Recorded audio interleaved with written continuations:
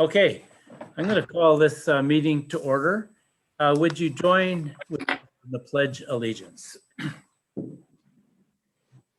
I pledge allegiance to the flag of the United States of America, Which it stands, one nation, under God, indivisible, with liberty and and justice for for all.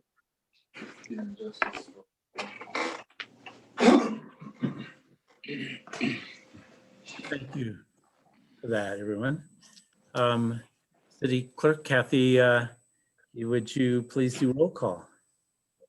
I will. Mayor McGowan, Here. Matthew Lund, Present. John Glondo, Here. Rustin Weaver, Kathy, I'm here.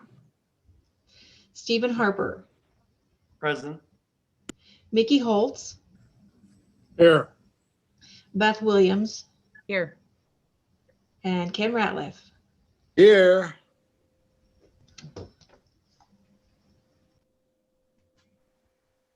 That's me, sorry. Okay, that's great. Everyone is here. How about approval of the meeting agenda? I'll make a motion to approve the meeting agenda. I'll second it. Moved and seconded to approve the meeting agenda. Questions on the motion? Hearing none, all in favor with aye. Aye. Aye. Opposed? Hearing none, the meeting agenda is approved. So the city did receive today under announcements, appointments, awards, and recognitions. I'll try to hold this up so everybody can see, but we did receive a check. The city received a check today from New Suncadia for $400,000. Wow. Way to go, Mayor. There you go. And I would like to have a more of an official ceremony to honor this. And we'll do that at a later date with the newspaper, and we'll have a picture, make a little video of it so we can show everybody. So Mr. Mayor, yes. like a real shout out to Suncadia. Yeah. Really appreciate them coming through with this and for the agreement that we have. Yeah, okay, good. That will get captured. Thank you for that, Ken. And I thank everyone on the council and all of our staff that worked on this too. It's going to be okay. This was going to work out good. Okay, we're down to consent agenda. Is there a motion to accept the consent agenda? I make a motion, we accept the consent agenda. Second. Moved to seconded to accept the consent agenda. Well, first of all, let's see. Usually the motion was made by Beth Williams and it was seconded by Stephen? Stephen. Stephen Harper. In this digital age, I'll try to recognize the person. All those in favor with aye? Aye. Aye. Aye. Aye. Opposed? Hearing none, consent agenda is approved. So officer reports. First we'll hear from our city administrator, Rob Ullman. Okay, yep. Thank you, Honorable Mayor and City Council. Just a couple of notes here. So there is a vaccination clinic this week, starting tomorrow at the Centennial Center. And it's all by appointment only. I don't know anything about how many appointments are there, but why I'm bringing this up is that they're asking for volunteers, not for this week, but for weeks in the future. They're asking if anybody'd like to volunteer. It's a lot of outdoor work, greeting the people and guiding them and whatnot. So if any of the council or anybody in the public wants to volunteer, get a hold of me and we'll get them in connection with the health department. So that's kind of exciting news there. Also, more exciting news happened Friday night. We were on a Zoom meeting, I guess, the mayor, Lucy, and our engineer, Friday night at, what was it? I think at 6 o'clock, we were talking with our representatives and our senator about our legislative priority, which is First Street. I had a really great meeting with them. I'm surprised Mayor should have probably talked about this too, but and Lucy may fill in as well. But it started at 6. It was supposed to end at 6:30. We ended up talking till nearly 7 o'clock at night on Friday, and so we really had a great meeting. And we're all we have everything set to go to get hopefully to get some money from them. From what is it, 2.6 million? I think we're asking. That was a very exciting, but it was Friday night, and even the representatives and senator couldn't believe, why are we doing this on Friday night? But they actually had a good time talking with us, and talking, of course, to our mayor was a good time. And that's all I had.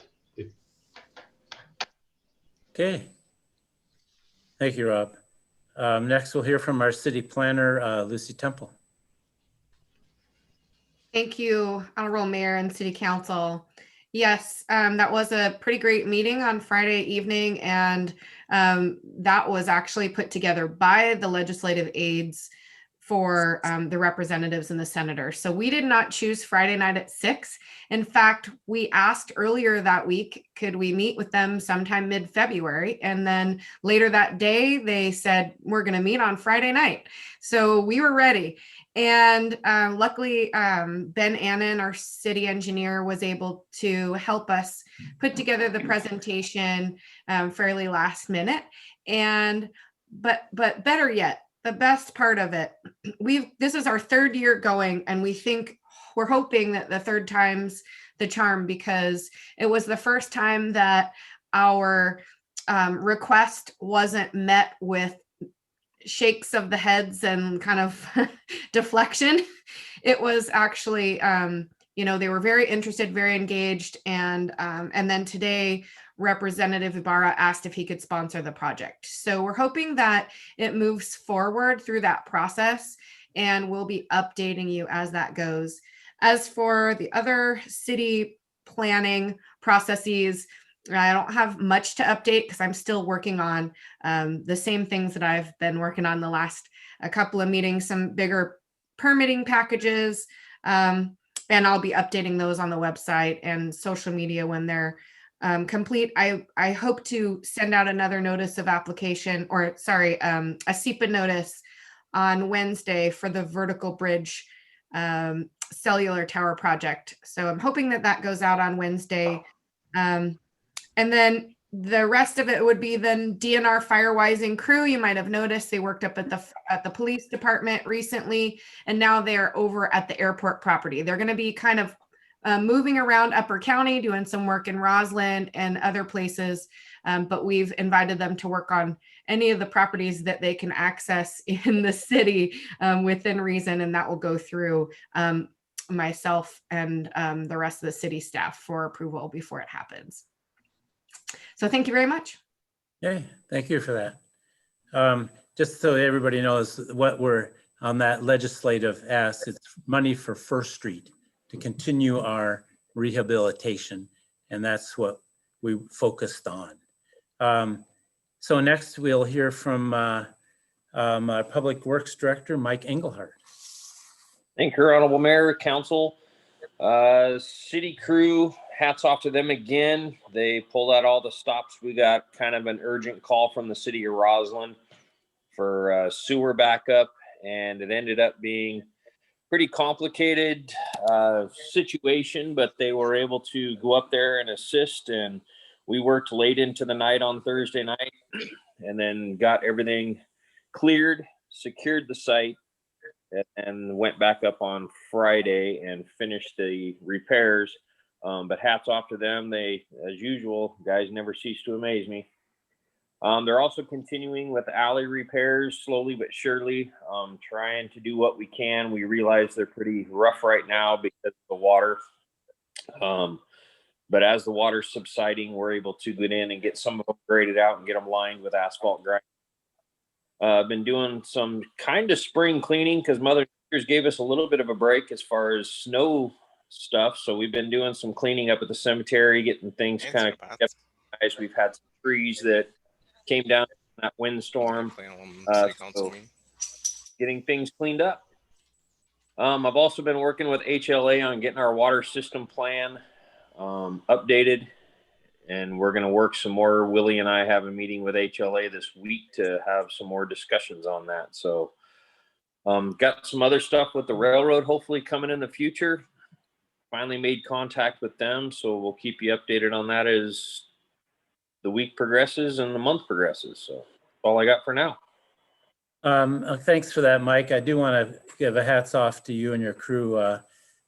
This is the quickest I've ever seen the city clean the sidewalks. It is a big deal. You know, I mean, everybody's prepared for the cars and all that, but there's a lot of people that walk in this town, and that's just as important. And I tell your guys, I appreciate that. So Thank you. With that, I'll go on now to our police chief, Kirk Bland.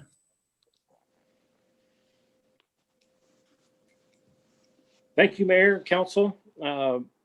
We are just excited for what the things are going to bring us in 2021. The Lexipol process has begun. Sergeant Albo and I attended our first seminar to get our Lexipol policies put into place. That is going to be a year-long progress.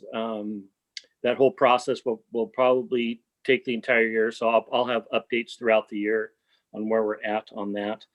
Also, our bid for the body camera, car camera, and laptop have gone out. John Storch has told me that we have been receiving multiple vendors. So we have a lot of interest in that. So we're going to have some options to go with, which is nice. The bids are going to close by February 5th.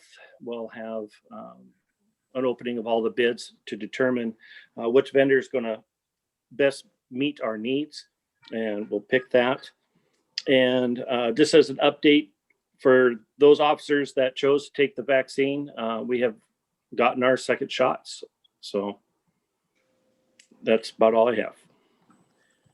Okay, Kirk, you know what would be kind of nice for you to do is explain to the council and those listening, what exactly is Lexipol? Lexipol is it's nationally accredited agency that assists with policy manuals. And the good thing about Lexipol is it tempers your policy manuals per state. So when a specific new policy comes out, it's automatically updated into the policy. We can review that policy, change it, whatever needs to happen to make it fit our department. That gets put into the policy manual right away. And then there's capability to roll that new policy out to the officers in a training form. That format for training, they will be able to read the new policies, do a scenario-based training on that policy, and all that is tracked. So anytime we have a new policy update or any new state or federal law that comes into effect that will affect our policies, that all is put together by Lexipol and rolled out through their programs for training on the officers. And it's been something I've been asking for years, and very vital to the police department to have good policies in place that are defensible. So, and Lexipol is also, their policies are geared towards state accreditation. And so that's obviously a goal for the police department down the road. And with that state accreditation, those are the most current, common, in practice police procedures. Okay, that's great. I think that's really important. That was one of the things we've been working on. I agree with you for a long time to get this underway. And it's really going to help with, the police department's administration. Yes, and from here on out, Yes. that's the best thing about this program. It adapts for any, because policies and laws change weekly, so it's hard to keep up on and to Yes. incorporate those into your policies. This is the best tool out there to do that with. Yeah, good. I'm glad to hear that. So I appreciate that for that kind of heads up there. You bet. So next he's not on the agenda, but Greg Dorn is here and he's going to give us a quick update on the City Heights. Is that right, Greg? Yes, and Mayor, I came in right during your comments. Did you say that you received a check from Suncadia today?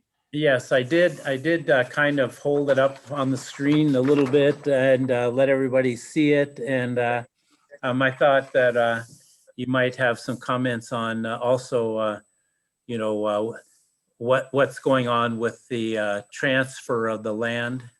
And- Yes, exactly. I had a conversation with Roger and his engineers today, and they've prepared a draft boundary line adjustment, and we were going over that and making a few revisions, but we should be receiving that anytime now, and that would be the next step, is to complete the process of getting the 12 acres isolated in a separate parcel or tract so it can be legally conveyed to the city. And that would complete this initial transaction, and then we'd get back to work on the rest of the project. Mhm. So Mayor, I wanted to take a minute this evening because we've been talking about the Suncadia project and share an update with the council on the City Heights project, which remember is the other large master plan development in the city that, like City Heights, was approved some time ago, sat idle for quite some time, and it's now come back to life. And we've been reviewing the first of what will likely be a series of subdivision applications to implement that project. And council remember that the City Heights master plan involves potentially the creation of up to 962 lots along the northern ridge of the city.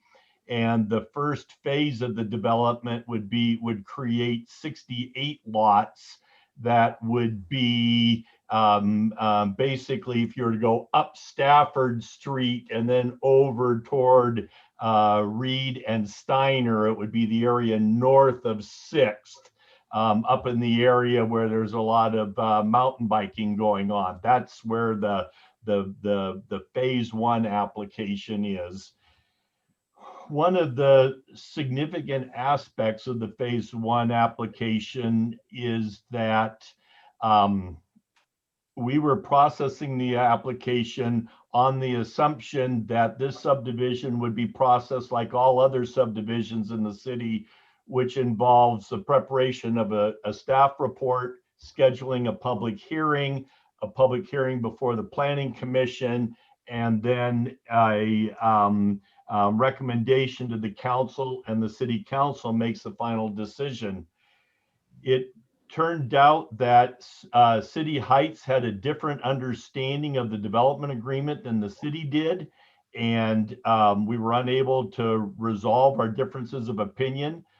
The City Heights filed an action under binding arbitration, and the matter was presented to an arbitrator, and the arbitrator ruled in favor of City Heights and said that when the city council approved the master plan back in 2010, that basically constituted project approval, and that what would happen in subsequent steps would be the staff would review the application and make sure that it is consistent with what is approved, but there would be no further public hearings, no taking it to the Planning Commission, and no recommendation from the Planning Commission to the City Council. So that is completely contrary to all my knowledge and experience. But that is what the examiner ruled. And although I do understand that's consistent with how the city implemented the Clay Allen Pines West project. So in one sense, it's a difference or a departure. In another sense, it may not be different in that the rules that we're operating under from the arbitrator is that the city staff will review the application. The city staff will determine if it is consistent with the EIS, if it's consistent with the City Heights Development Agreement, and if there are any clarifications or additional measures that need to be addressed in that, and that it would be an administrative approval. But there is a provision that says if there is an appeal, the appeal will go to the city council. And since there would have been no public hearing during the process, if there is an appeal, it would be an open record of appeal before the city council. So we end up at the same place in effect, but through a different route than customarily is the case. So at the staff level, we've been reviewing the application, having numerous discussions with the applicant. The applicant's stated intent was that there would not be any major or significant modifications to what was approved by the city council back in 2010 and 2011. So that's different than the Suncadio project that's under review, where they've said we want to propose major modifications. In this case, they said we don't want to make major modifications. Now, there are a number of provisions within their proposal that appear to require a minor modification. So there is going to be some changes, and there may in fact be some provisions that come to the city council in the form of proposed amendments to the development agreement, which I'll address in a moment. But in our communications with the developer, at one level, everything is important. But in our communications with the developer, we've emphasized a couple of things. First and foremost, we've said that there has to be a safe, all-season, all-weather road from 2nd and Stafford Street up to the site, and that the new homes up there have to be, and all the construction equipment and all the things that go with it have to be able to drive up and down the hill safely at all times of the year and without weight restrictions, and it has to be built to a safe standard. And for those of you that are familiar with those streets, I think it is fair to say that the roads don't meet that standard right now, and improvements need to be made. We've been having discussions with the developer. The developer has argued that the development agreement only requires that they improve the corner that is Stafford that kind of turns around onto 5th Street by the church. And the developers argued they're only required to do that, and the city doesn't have the authority to require more. And we have countered that there may be an argument about whether the city has the authority to make a requirement to protect the public health and safety, but there shouldn't be a disagreement, because having safe access to the site is something that we should have in common. And it doesn't make any sense to drive on a new road in the subdivision onto a broken up old road, around a new corner, back onto a broken up old road, and then down to the city streets. It makes sense to have a street that is built to standard top to bottom. So that's been our primary point of emphasis. We're not there yet, but we are working with the developer on a voluntary agreement in which the developer would agree to make those improvements that he's arguing he isn't required to make, but he may be volunteering to make them, and that would certainly be, I think, significant. The other item that we are working with them on is that the development, it's interesting, subdivisions get kind of conceived and built in a number of different ways, sometimes around golf courses, like out at Suncadia, or maybe around a lake or a river or something. But the concept around this subdivision, particularly phase one, is it's going to be built around a park that's going to be popular with mountain bikers, and it'll be kind of a jump off point to head outside of Cle Elum and out into the surrounding areas for mountain biking, which sounds great and may in fact prove to be a very attractive development option, and particularly as more and more people are working from home. And why live in Seattle if you can work from home in Cle Elum and take a break from work and jump on your mountain bike? So that could be a very good deal. But Mike Engelhardt has pointed out, and I think properly so, that the dedication of a park for mountain biking is very different than the parks that are currently being maintained by the city now, and that in an area where development is going to be going on for many years to come, developing just bits and pieces of a unique park and a unique trail to the city before the revenues are there to support it is just going to be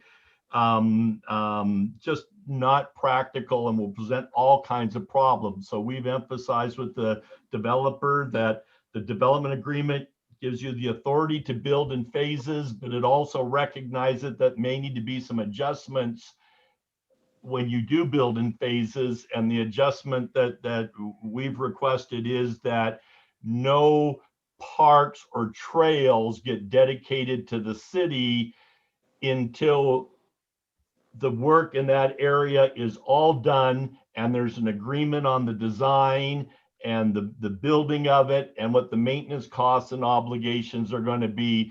But trickling it in pieces would be a real problem for the city.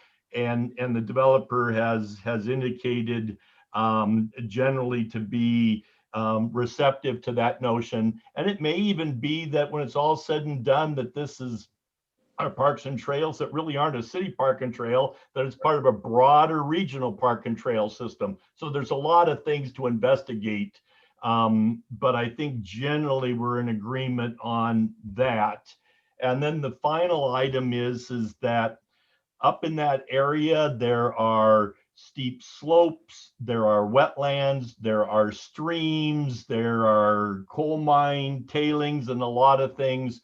And we just want to make sure that those things, environmental and natural resource things that should be protected, are properly protected. And we don't get a case where there's road construction or other building activities going on ahead of having all the proper environmental reviews. And so those have been the three major things that we've emphasized. But there's a lot of things underneath that. It could be, when it's all said and done, that there would be a decision on whether to approve or disapprove the phase one plat, which would likely be to approve. There may be then a series of separate documents that spell out some of the changes that have been authorized, like relocating some of the roads. And then there may be a series of, whether we call them mini agreements or amendments to the development agreement, and all of those would go to the city council and be subject to city council approval. So we still envision, despite the arbitrator's decision, that there are going to be matters before the city council. And I wanted to kind of keep you informed or where we are on those matters, because we're trying to get them wrapped up, and those are the big three. Okay. I'm happy to answer any questions. Otherwise, Mayor and Council, I'll just kind of keep you informed, and there will likely be more activity on this in the very near future, and we'll just keep working it. Ken, you have a question? I just wanted to comment to Mr. Mayor and Greg Dorn. I would like to be involved in the issues that Greg's talking about in the transportation wise, especially getting up the hill there. I'd like to be involved with that. Yeah, I would suspect that that might be a matter that all the council is concerned about, but we certainly will. Yes. Okay. Well, I would like to be involved, Yeah. not okay. just knowledgeable. Okay. All righty. Okay, if that's all you got, Greg, I appreciate it. We'll be in touch, and we'll move on now to citizen comments. Thank you for that. Okay. That update. Great. Super. Thank you, Mayor. So now, is there anyone here that can raise their hand or tell us some sort of way how, if they want to address the council on a non-agenda item? And let's see.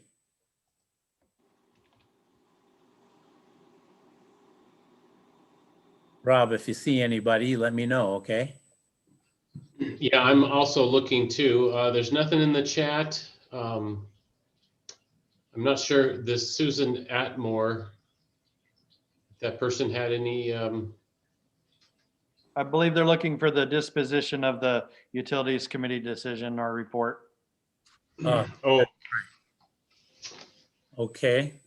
okay, and that's later. Okay, so we're right. clear. Okay, well, thank you for that. So now we'll go down to public appearances, and we've been looking forward to this one.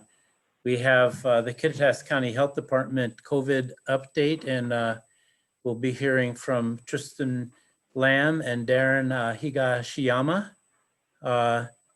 And maybe you can take the floor, okay? Thank you, Mr. Mayor and Council. Can you hear me? Yes. Okay. There's going to be a 6-year-old making some lively noise in the background. So just let me know if we become a distraction. Put them on your lap and make them part of the program. It's fine. People's kids and pets are my favorite part about these digital meetings. Yeah. So thank you for having us tonight. We also have with us Rich Elliott, who's leading the vaccine efforts for us, just because we thought you'd want to hear more details about that. And he's the man with those details. So you've probably figured that this is a very exciting week for public health in Kittitas County. Like your city manager stated, we have our first round of mass vaccination clinics for our 1B phase in Tier 1 individuals in Kittitas County. So that's 1,000 slots scheduled to be administered in Cle Elum and 1,000 spots scheduled to be administered in Ellensburg. And to give the council more specifics, I'll pass you off to Rich in just a moment. Darren is here too. He's our county's incident commander in the COVID-19 response. And as you can see, Rich is doing a lot of things right now, so I might jump to him real quick. I'll be short and sweet with my report. As of Friday, our incidence rate in Kittitas County was on the decline. We were about 400 cases per 100,000 population, and that was after reaching the 600s after the holidays. So we'd like that number to keep going down, of course, but we are trending down, and we are very pleased with that. We'd also like our positivity rate to be lower. And just a reminder that positivity rate it's the percentage of people who test positive out of all the people who test for COVID. So what that looked like in a week for us was that we were sitting just around 9%, which means we had out of 1,044 total tests, we had 97 positive. We'd like to be 2% or under. So if you're sick, go get tested. It's not even the nasopharyngeal one that hurts anymore. It's an easy little nostril swab. My first grader can do it. So can you. And some less exciting news was the regionalization of the phase matrix metrics, which I've heard everybody used. Like all the other counties in the state right now, we are sitting back at phase 1, which looks very similar to the phase 1 that was introduced back in May. It's the best part. Um, and because we're now part of the South Central region, along with Yakima, Benton, Franklin, Walla Walla, and Columbia counties, we can only move forward into phase 2 when the whole region meets the required metrics. So now I am going to pass it off to Grandfather Elliott to talk about vaccines, and then Darren will close us up to answer any other questions you might have. And I'll stick around if you have any public health specific things. So hi, I'm Rich Elliott with Kittitas Valley Fire and Rescue. Over the last 2 to 3 months, our incident management team has had an increasingly focused effort on the vaccinations. Prior to that, we've been very focused on quarantine, isolation, contact tracing, and management of PPE. And now vaccines are sort of front and center. And the rationale behind that is obviously our country and our world and our community's way out of this is largely through vaccination. So we were able to turn around the Pfizer vaccine, which we received just a little bit after December 15th, in about 26 hours, set up a clinic at KVH and begin to deliver first dose of the Pfizer vaccine with no vaccine loss, which is actually quite a bit of effort. The Pfizer vaccine has some storage requirements, some reconstitution, and then subsequently a denaturing process begins to occur rather rapidly. And so we accomplished that with no vaccine loss. We did have 3 syringes fail, but nothing due to timing, and largely got through our 1A population, which was focused on healthcare, people who live in congregate settings, i.e. long-term care facilities in the community, their staff, and first responders. We also mixed in about a little over 100 teachers, basically as a backstop so that we didn't lose any vaccine. In that process, we also began to receive small amounts of the Moderna vaccine. The Moderna vaccine is a similar vaccine in terms of how it works, but its storage and sort of time out of the freezer is a lot more forgiving than the Pfizer vaccine. And subsequently, because of our success and sort of we politely asked for more vaccine as a county, we were able to receive not only additional Pfizer vaccine through the state's allocation process, but we received 1,000 doses of Moderna from Mason General Hospital. They were ready to turn it back into the state for mass vaccination clinics. The mass vaccination clinic effort in the state of Washington is very well intended. The problem is that our county residents would be traveling to Seattle, Wenatchee, or the Tri-Cities to get their vaccines if that was the avenue. And obviously with the weather and with some of the medical conditions and age of the target population right now, that's not the best option given the current circumstances. So we have secured 2,000 doses for this week, 1,000 in Upper County, Moderna, 1,000 in Lower County, Pfizer, that we intend to deliver 250 a day at each of the 2 locations. Those vaccine appointments have been scheduled out. The scheduling program was overwhelmed initially. We have now begun to sort of straighten that out. But in the meantime, we put everybody who wanted access to the vaccine on a waiting list. And we're going through the waiting list, sort of first to sign up gets offered additional shots. Additionally, we have secured additional vaccine for the following week. So that would be February 2 through 5, Tuesday through Friday next week, and intend to run very similar clinics that we're running this week. Pfizer vaccine in Ellensburg and the Moderna vaccine in Upper County, with follow-up doses in Upper County 4 weeks after the initial dose and follow-up doses in Ellensburg 3 weeks. There's just a little bit difference in the vaccine. We're doing this with a combination of community volunteers, KVH, local clinics, pharmacies, the public health department, some of the first response agencies. This is basically an all-hands effort.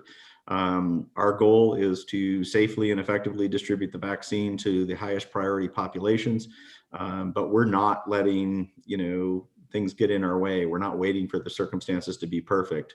Safety is not going to be compromised. Distribution of the vaccine, we don't want to waste a single dose, but we're sort of just pushing forward. And if you've seen some local and actually some national press. That's essentially what's going on. Is we have people in our community, particularly with the leadership of public health and the hospital, KBH, who have made this possible. And every time I wake up in the middle of the night at 2:30 wondering if I've dropped a ball, somebody has caught it. So this effort is, I could probably name 30 or 40 principal people who without this wouldn't be working. My role is actually very small. And then probably there's another 50 to 100 people who are, very clearly playing an important support role in this. Our county is ahead of many counties in this state and many communities across the nation for a whole bunch of reasons. Again, public health leadership, the community's cooperation.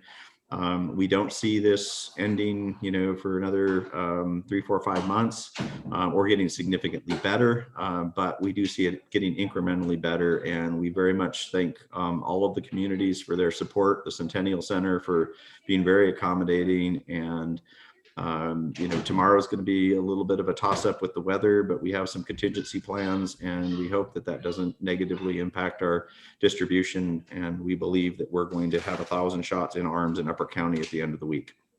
And if you have any questions, I'm available. Beth Williams has a question, I believe. Yes. Just a quick question, Rich. Is it the same amount of vaccines the week of the 2nd through the 5th? We have the same amount of Pfizer vaccine. That's very clear. We're not up to 1,000 doses of Moderna in Upper County, but we're combining our efforts with CHCW, Community Health of Central Washington, and we think we can get close to 1,000 doses of Moderna in Upper County for the second week. So that number may be somewhere between 600 and 1,000, but I think it's going to be closer to 1,000. Okay. We'll schedule as many appointments as we have shots. Okay, yeah, that's good news. Any other questions for Rich Elliott? I don't know. Probably a lot of you saw that Rich is nationally famous now. They've been all over the news. I heard about it from other states, if you can believe it. So I appreciate all the good work, Rich. Darren Higashiyama, do you have some comments for us? There you go. Thank you, Mr. Mayor and City Council. I want to just echo what Rich was saying. This is an all hands on deck joint effort by everybody in this community, to include the Upper County and Cle Elum. We just wanted to thank everybody for participating, and anything we ask for, you guys send us and we get, so we appreciate that. And we can't do it without our electeds backing us, and we appreciate all the help that you guys have. And we're here for questions if you have anything. Anybody got any questions for them? They're just in awe. They don't have a word to say. So I really do appreciate you giving us a heads up. A lot of people, this will help a lot of other people in the community to hear about this also, and we appreciate that. Again, we have a question from Beth Williams. There's been a lot of people that have asked me since I've gotten my 2 shots what kind of side effects I had. I guess there's a lot of concern about that, and I wonder if you could address that in this public meeting. So we're seeing an immune response in a percentage of the people, which is actually to some extent what you'd want to see. In both of the vaccinations, the immune response can be a little bit stronger after the second shot because your immune system sort of is looking for that, the introduction of the vaccine into your body. For most people, there isn't a significant reaction. For the people who do feel it, we've been getting sort of fluish-like symptoms for a day to 2 days after the vaccination, some injection site soreness, which is true of most vaccinations. And we've had 5 people experience actual allergic reactions. I would classify them as mild to maybe moderate. Nothing in any way, shape, or form life-threatening. And again, would just say, we have about 2,000 people out there who have received vaccinations in Kittitas County, and the odds for COVID would say that many more people would end up in the hospital with life-altering or life-ending illness without the vaccine. So the vaccine is very clearly, a preferable alternative to COVID itself. Nothing we're seeing says that the vaccine is the least bit unsafe and produces the results, the immune results that you would want a vaccine. Actually, in many ways, it's beyond what a normal vaccine would do in terms of immunity. Well, I have a question for you, Rich. Who's that little child you had with you just a little while ago? Could you introduce that? Jackson. He lives next door to us, so it's cool. All right. Yes. No, those are the joys in life for sure. Absolutely. I'm glad we can see that. Any other questions from the council from our guests tonight? Okay, hearing none, I really appreciate you coming to our meeting tonight, and we'll try to do this a little more regularly so everybody can get an idea what's going on in the county. All right, thank you. We'll move along. So now we'll hear from the Chamber of Commerce report, and Madison Ford, are you there somewhere, Madison? Yes, you are. Yes, hello, good evening. Mm-hmm. If you'll allow me to share my screen, I wanted to share our 2020 recap presentation. Usually each January, we'll go over our press for the year. And so I will be able to do that tonight. Can you see this okay? Mm-hmm.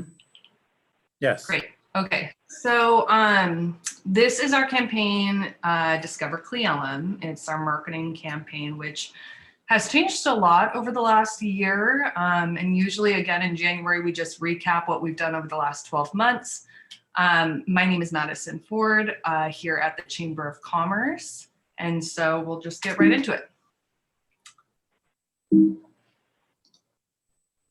Okay, so for marketing, we do a lot more than just post on social media. We have a very comprehensive campaign. As you can see here on the left, I won't go through all of it, but there's a lot of details and a lot of strategy wrapped up in this campaign. We have a website and social media pages. We have a newsletter, a very interactive component to our website where travelers can chat with our visitor center team.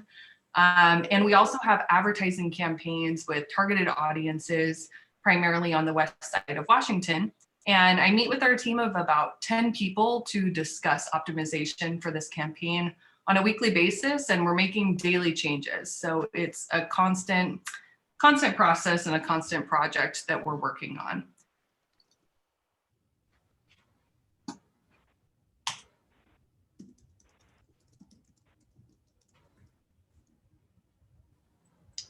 So you might be asking what's on our website if you haven't been to discovercleelum.com before, and what information we provide for travelers. So just as a quick overview, we have a live weather status, which is new for this year, so that folks can check out if it's actually snowing in Cle Elum before they come over here with their sleds. I've gotten some calls of people saying, hey, I came over and there's no snow, where can I go sledding? And so that's been really helpful. Directions to Cle Elum, we have that online chat function and a newsletter sign-up so that our visitor center crew can talk directly with travelers before they get here, and then when they're here too, to get details on what they're doing for their trip. We have a Cle Elum First page, which is all of the first historic events in Cle Elum and a historic register. And we have a physical brochure for that as well, but for those wanting to seek it out online. We have an event calendar, which is usually really busy. Unfortunately, this year, a lot less busy, but we've been able to put smaller events and virtual events onto that event calendar. And a gathering spaces page. So for folks who want to go to discovercleelum.com, click on events, and then scroll down to gathering spaces, this provides different venues and accommodations for corporate events, for weddings, bachelorette parties, birthday parties, any type of gathering under the sun. We have resources for that. An updated list of restaurants in the area, accommodations, both hotels and paid accommodations, as well as camping. A shopping tab with all of our shops downtown and around, a trails page. We work closely with the Forest Service to make sure that it has the most updated trail information available, and a parks page as well, which hopefully will be continuing to be added to and refined down the road.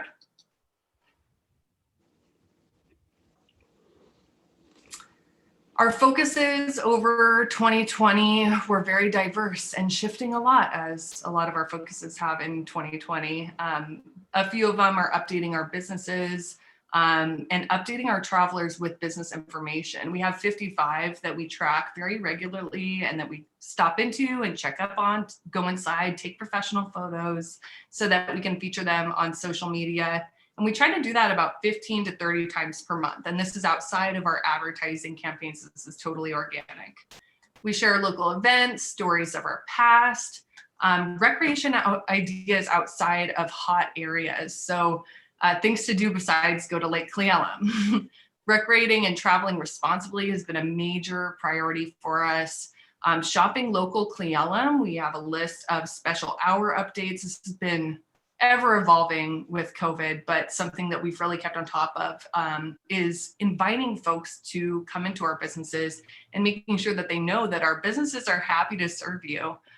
We were able to partner with CETA to do some reopening ribbon cuttings downtown and kind of reintroduce travelers to our downtown businesses once they were able to adapt a little bit more and welcome those customers back. So just showcasing how our community is adaptive, we're creative, and we're willing to make it work. This is along with welcoming new businesses. So meeting with them and being able to either over video or photos, just introduce them to a lot of locals that follow our page as well. But primarily our mission is to put this in front of travelers, to give them that visibility that they really need. We put out burn ban updates, fire updates. 2020 was a crazy year. Traffic and Snoqualmie Pass updates is really important as people are starting to come over. We noticed a huge camping surge during the summer. And so really going into each hotel downtown and around and taking photos, learning about what makes them unique, what awards they might have won, and then showcasing them to travelers in that way to help boost those hotel rates, and ways to support postpone events. So, you know, at the Grange, there was a event that was canceled. And they posted all of their artists that usually are a part of that event. And we were able to push that list out and have travelers support them that way. Social distance activities, as well as media features. I don't know if you guys know, but Cle Elum was featured in Travel and Leisure organically in 2020. We serve as a complementary and strategic marketing arm for a lot of these small businesses that aren't able to afford digital advertisements or a marketing team to implement them and get in front of potential travelers. Although you guys can see our messaging and our focuses on our organic social media and our website, what you might not see is advertisements that really have the budget behind them that is being targeted specifically to West Side audiences that these small businesses just might not be able to afford.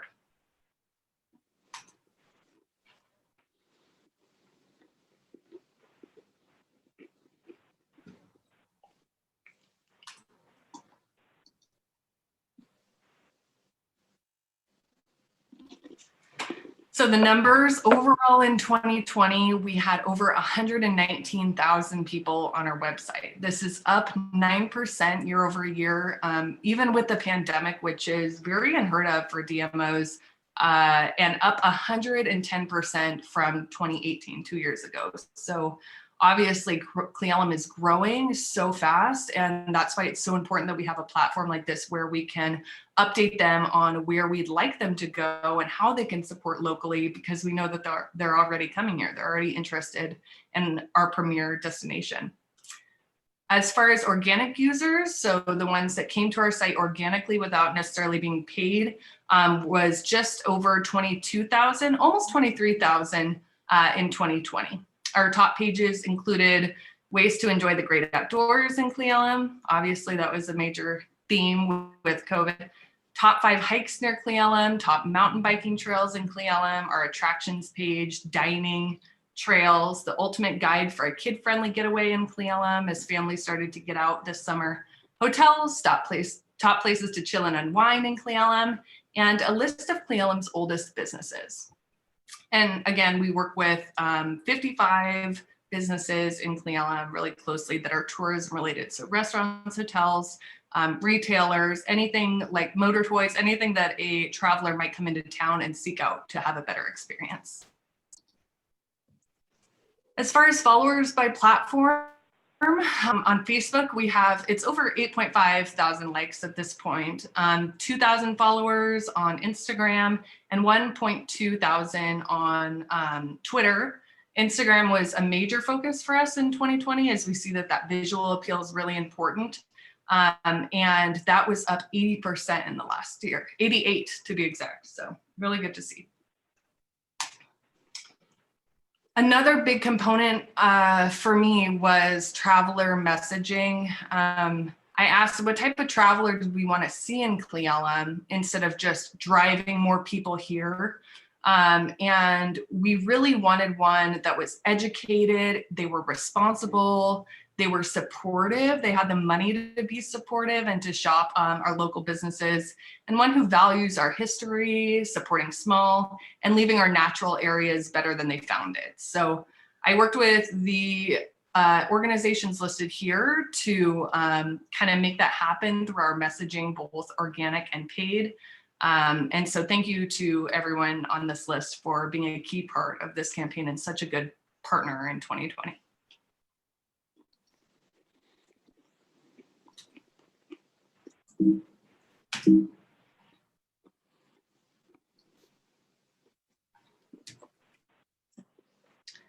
And then just some other projects, some other wins for 2020. We redid the visitor center signage. So if you see our visitor center when you come into town on the left across from White Park, that beautiful green signage is brand new as of this year.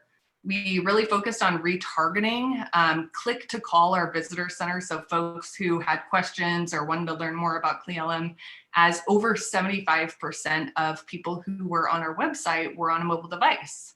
We geo-targeted Suncadia with ads to shop downtown, and it wasn't in a competitive way, it was in a partnership realm. We really got close to Suncadia over the last year. So thank you to Katie and her team for elevating our messaging through their own marketing.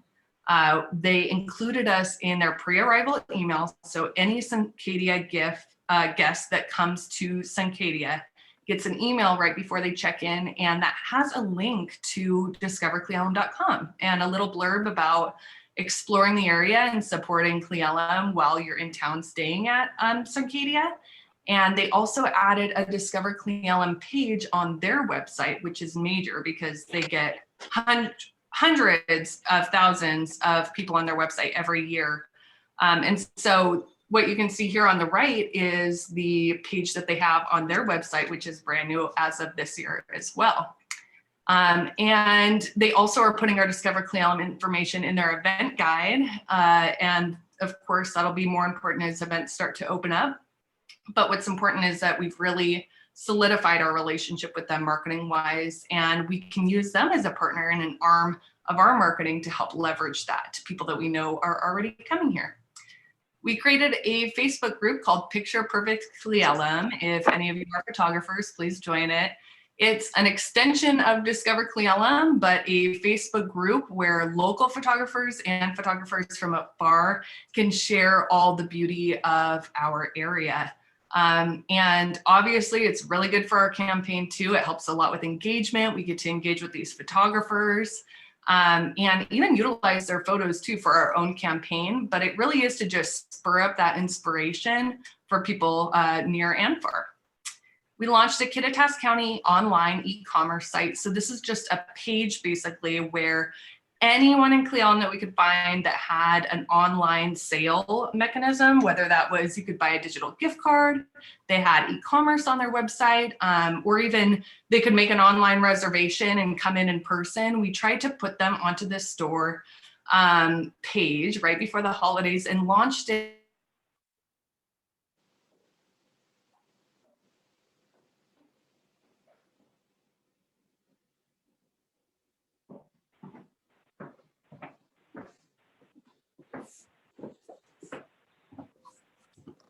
I can't hear Madison anymore. Hey, Madison, I think you Dropped off. got frozen.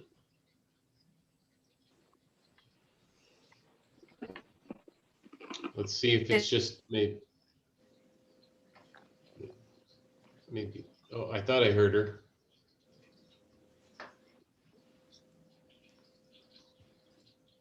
I assumed it was just me again.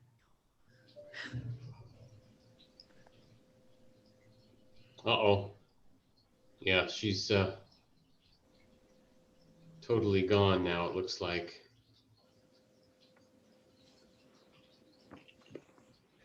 Oh, I'm sorry. Did I lose you there for a minute? There you are. Yeah. Yeah, you Yes, did. welcome back. Hi, I don't know where I was. Let me see. The e-commerce guide was where we lost you. Okay, thank you so much. So the e-commerce, which we pushed out to folks over the holiday season to support Cle Elum. And we also will send people brochures from our visitor center, and a lot of travelers don't necessarily know this. So we pushed for educating people that you can contact our visitor center through our online form, and we will send you a brochure, a visitor's guide, our historic register. They can kind of click which ones that they'd like, and it's a free service that we just shoot them this information if they'd rather read the physical materials. We hosted some fun and unique events, including Christmas in Cle Elum, the reverse parade that was very successful. And then the fireworks show after that. We did the Pioneer Parade, which was virtual. And then we did fireworks show after that as well. And then Winter Hop Brew Fest, which Drew Brew and Mule and Elk were both a part of. And that was a successful event over, I think it was last weekend. We were able to support those breweries. And a lot of our Winter Hop Brew Fest participants were just grateful that they were able to try out Kittitas County beer from home. We created a new winter recreation map, an outdoor guide, which was in place of our visitor's guide last year, a town guide, which we won the 2020 Pacific Northwest Summit Award for in 2020. We created a self-guided activities page as well on discovercleelum.com so that folks that were coming over didn't feel comfortable maybe shopping around or going to an event or doing something in person, still had options available. And an event resources page. So if you are hosting like a bachelorette party or a wedding, or you want to have your corporate event in Cle Elum, we have vendors, caterers, transportation options, every type of vendor that you can imagine for an event located on this new page, so that event organizers don't have to try to put it all together themselves. So we're working on updating that regularly, and we're excited for in 2021. We know that events are gonna, when they open up, they are going to open up, and people who have been waiting to have their weddings or their corporate event or their gathering are going to be able to use this page more than ever before.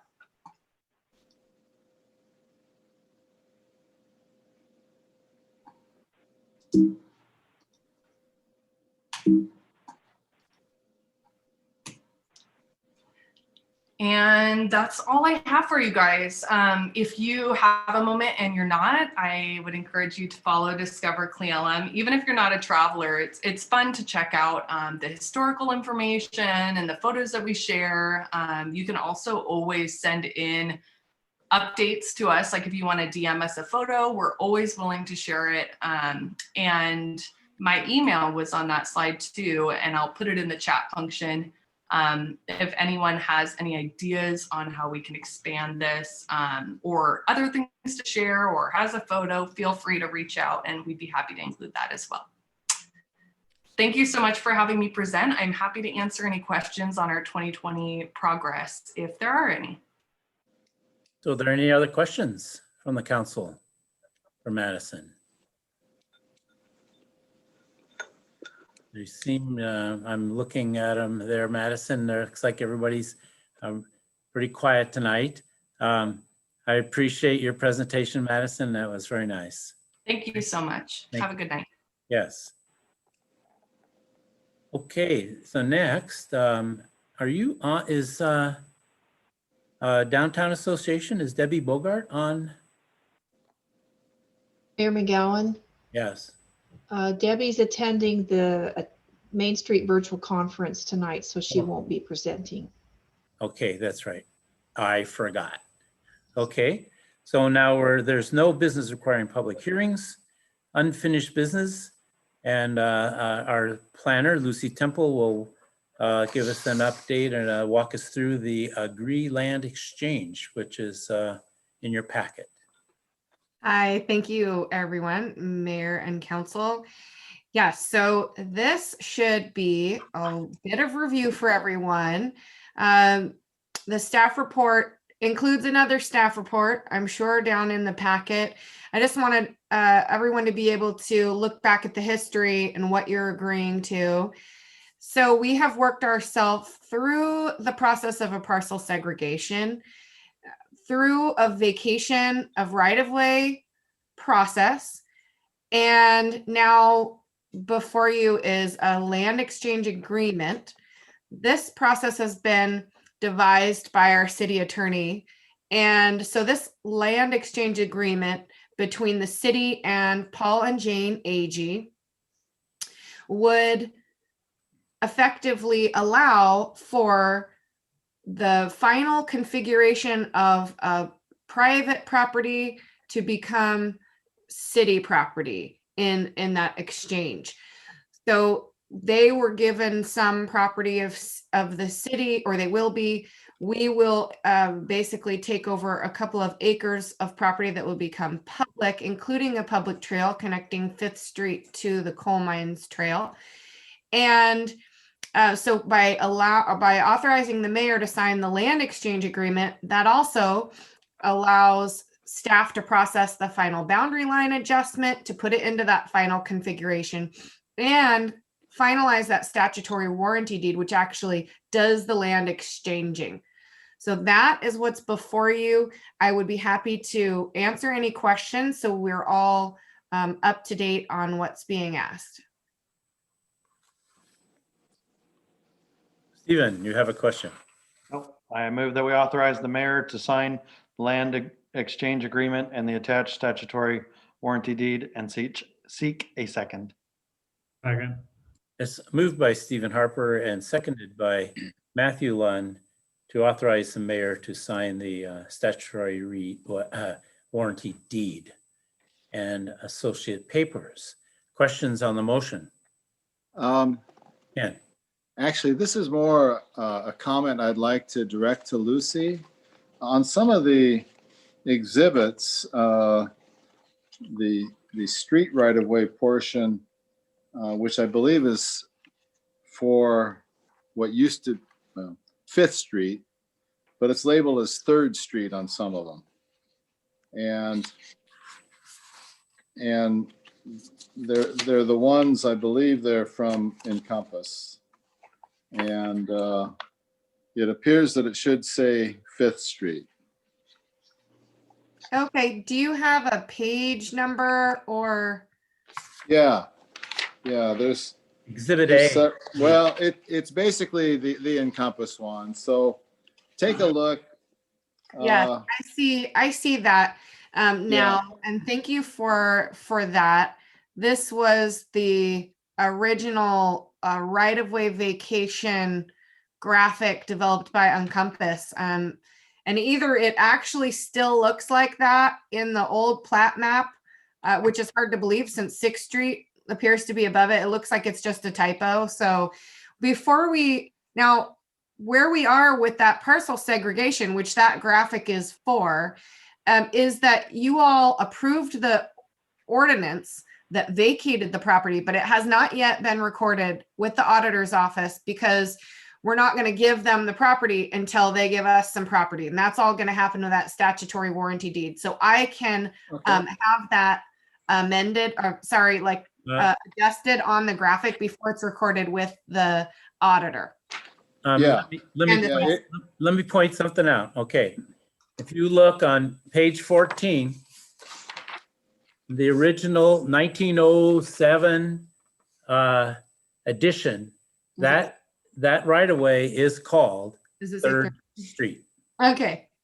So That That was my, that basically, was my first statement is maybe it's actually like that on the map, which is a little bit weird, but you know, like the mayor pointed out, we have some weird stuff. 1907, and really, you know, their idea when they platted this was that it was an extension of Third Street and it went up the hill. But of course, the terrain, like a lot of things, it looked good on paper, but it wasn't going to happen in reality.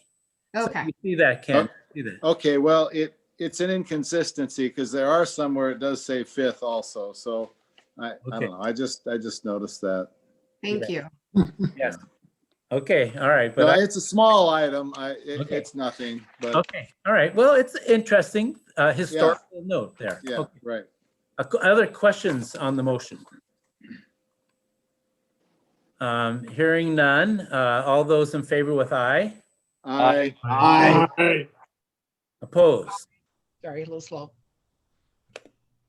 I think that was an aye from Aye Beth from- Williams. Yes. Okay, hearing none opposed, the authorization is approved and we'll get this paperwork underway. Thank you, everyone. Okay, so next under, Thank you, Lucy. yeah, thank you for that, Lucy. It's a good addition to the city, for sure. So next, under unfinished business, we have a report from Stephen Harper on the Chamber of Commerce contract. And if it's okay with the council and Stephen, I did get an email from Mark Kilpatrick concerning this. If you don't mind, I'll read this. You could read that into the record. That would be fine. Okay, so we did, Mark Kilpatrick sent this. Dear Honorable Mayor and City Council, unfortunately, I am not able to attend tonight's meeting virtually. So I want to provide an email for the record. We understand the difficult decision the City Council has in allocating funds to support community and businesses. The city, the Cle Elum Downtown Association, CEDA, is not in favor of cutting marketing dollars from the Kittitas County Chamber of Commerce contract. These dollars support marketing to a targeted audience from our downtown businesses who rely on traveler spending. CEDA continued partnership with the Chamber depends on the success of each organization and the ability to share our resources and common goals. This significant reduction of funds would not only lessen our combined effort as organizations, but it is taking lodging tax dollars away from businesses that brought them in our town in the first place. During the pandemic, these funds need to be allocated to not only attract travelers here, but educating them on where and how to shop locally in our downtown core and beyond as they have been. Thank you in advance for your consideration and appreciate the leadership you provide our community. And this is from Mark Kilpatrick, and he is the CEDA president. And with we just, like I say, got this before the meeting, and now I'll turn it over to Stephen. You have something you'd like to report to the council. So I would like to, if it please the mayor and the council, I would like to address the chamber's contract. And what I mean by that specifically is the contract that the council approved. And then I would like to leave the balance of my reporting slash, I guess, talking with the council under committee reports, because I'd like to kind of separate them, the two of them. So what I need to report as far as the chamber contract is that the city did, or the council approved a contract last, by majority vote last meeting. And that was presented to the council or to the chamber. And then the chamber sent back a counter proposal.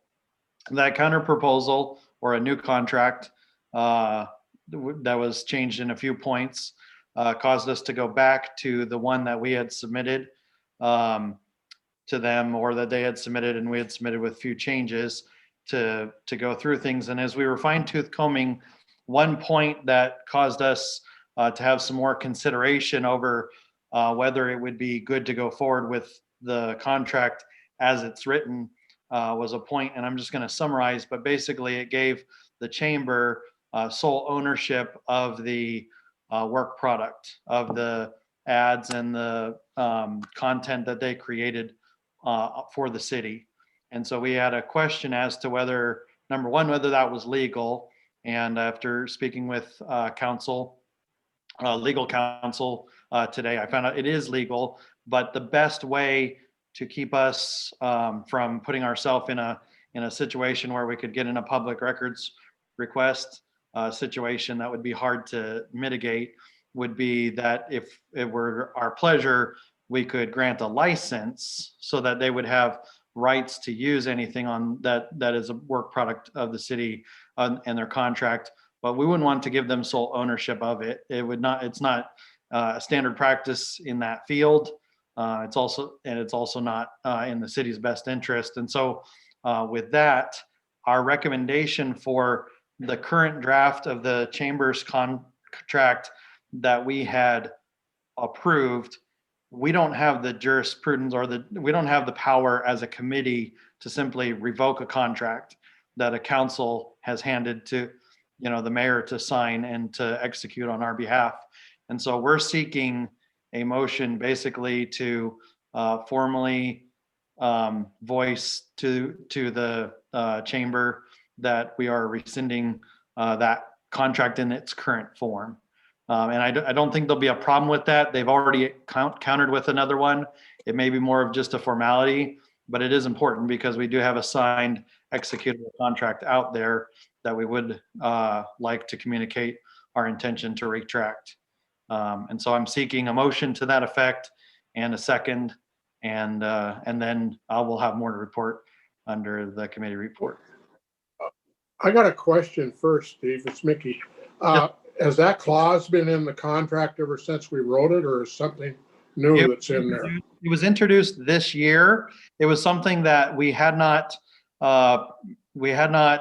noticed until we went through it a little bit more thoroughly with the latest, trying to understand what changes might have happened between the one that mayor signed and was presented and another counter proposal from the chamber. And so after finding that, we felt like it would be in our best interest to get clarification as to, where we should go and what's in the city's best interest. And so that's what we found. And so we feel like it's a loose end we just need to tie up in order to be able to go forward with negotiations. And I don't think the chamber has any intention of trying to, make us. Oh, I don't either. By any means there. That's why I just. As a formality, we do need to voice our intention to retract that offer.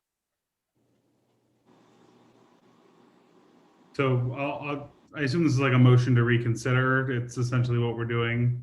So I voted in favor of it. So I guess I would make a motion that we reconsider the contract that we authorized the mayor to sign, and I guess rescind that. I don't know what the proper wording is, but. I'm confused.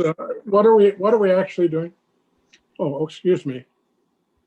Yeah, Mickey, so I'm making a motion to essentially rescind the contract that we sent to the chamber because the clause that is in there is probably not in the city's best interest to give the chamber sole ownership of the accounts and other things that have been created. So we're rescinding that while we go through and renegotiate. Yeah, I understand now. I'm sorry, I didn't.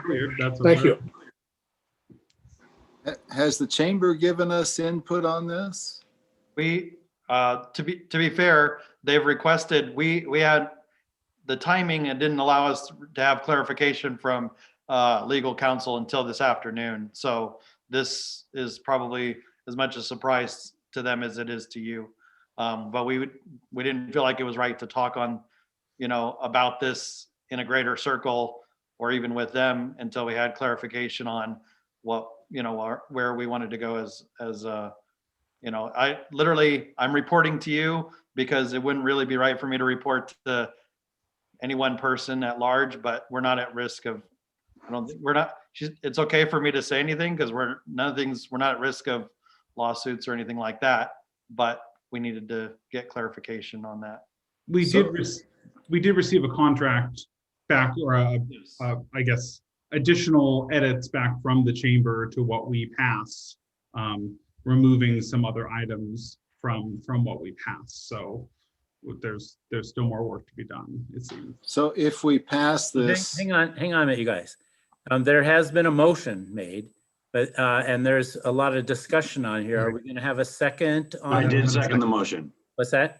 I Oh. seconded the motion. Rustin second the motion. Okay, good. I missed that. Sorry, Rustin. So this is discussions on the motion. All right, go ahead.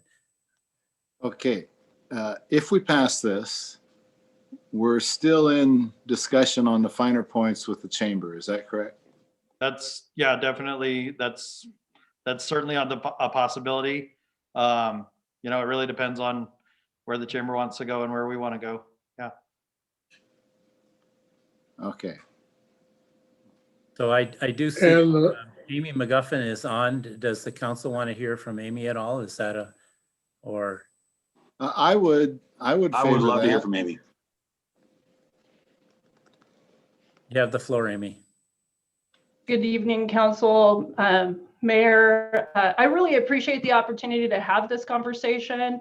I think it's fair to point out that unfortunately for the last 3 months, probably longer than that, since September, we really haven't had a good negotiation or meeting in regard to this contract. So I really appreciate the time tonight to have that conversation.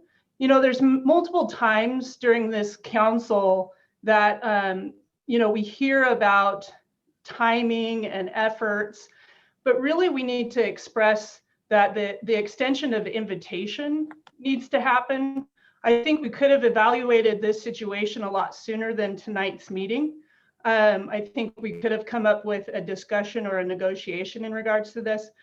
It's normal for contracts to go back and forth, but where the committee has elected to not allow us to have that voice until the city council meetings, it's very difficult to have that conversation. So I really appreciate that opportunity tonight. You know, I had to go and research for this tonight, and I think there is some conversation that needs to be held with this committee. Maybe it's some background information that we could provide. The Chamber of Commerce actually went after the funding in which this campaign and brand was created for. We actually went into a contract with the County Lodge Tax Committee for the funding on behalf of the city of Cle Elum. By doing so, we entered into a contract that actually gave us the released copyrights from the company that provided the actual designs and logos of the said campaign. So I really do feel like we need to take this off camera and have some really good conversations, because the chamber is here to help support the city of Cle Elum. We have been since 2015. In fact, I had to go back a little bit and see where our support was, and we acknowledged in a 2015-2018 tourism strategy plan that I myself wrote, saying, we are here to walk the city of Cle Elum into becoming a tourist town. Because at that point in time of that writing, that was the biggest gap in its economic path. So I think there is some background with the Chamber of Commerce. We are still willing to be that partner. We're still willing to have that conversation, because it really is our role as the Chamber of Commerce to look big picture, to look at the successes for all entities, which I think you heard from Mark Kirkpatrick today. So if I could just suggest to the council, please make your decision in regards to the rescinding. We accept that rescinding if we have the opportunity to have a conversation.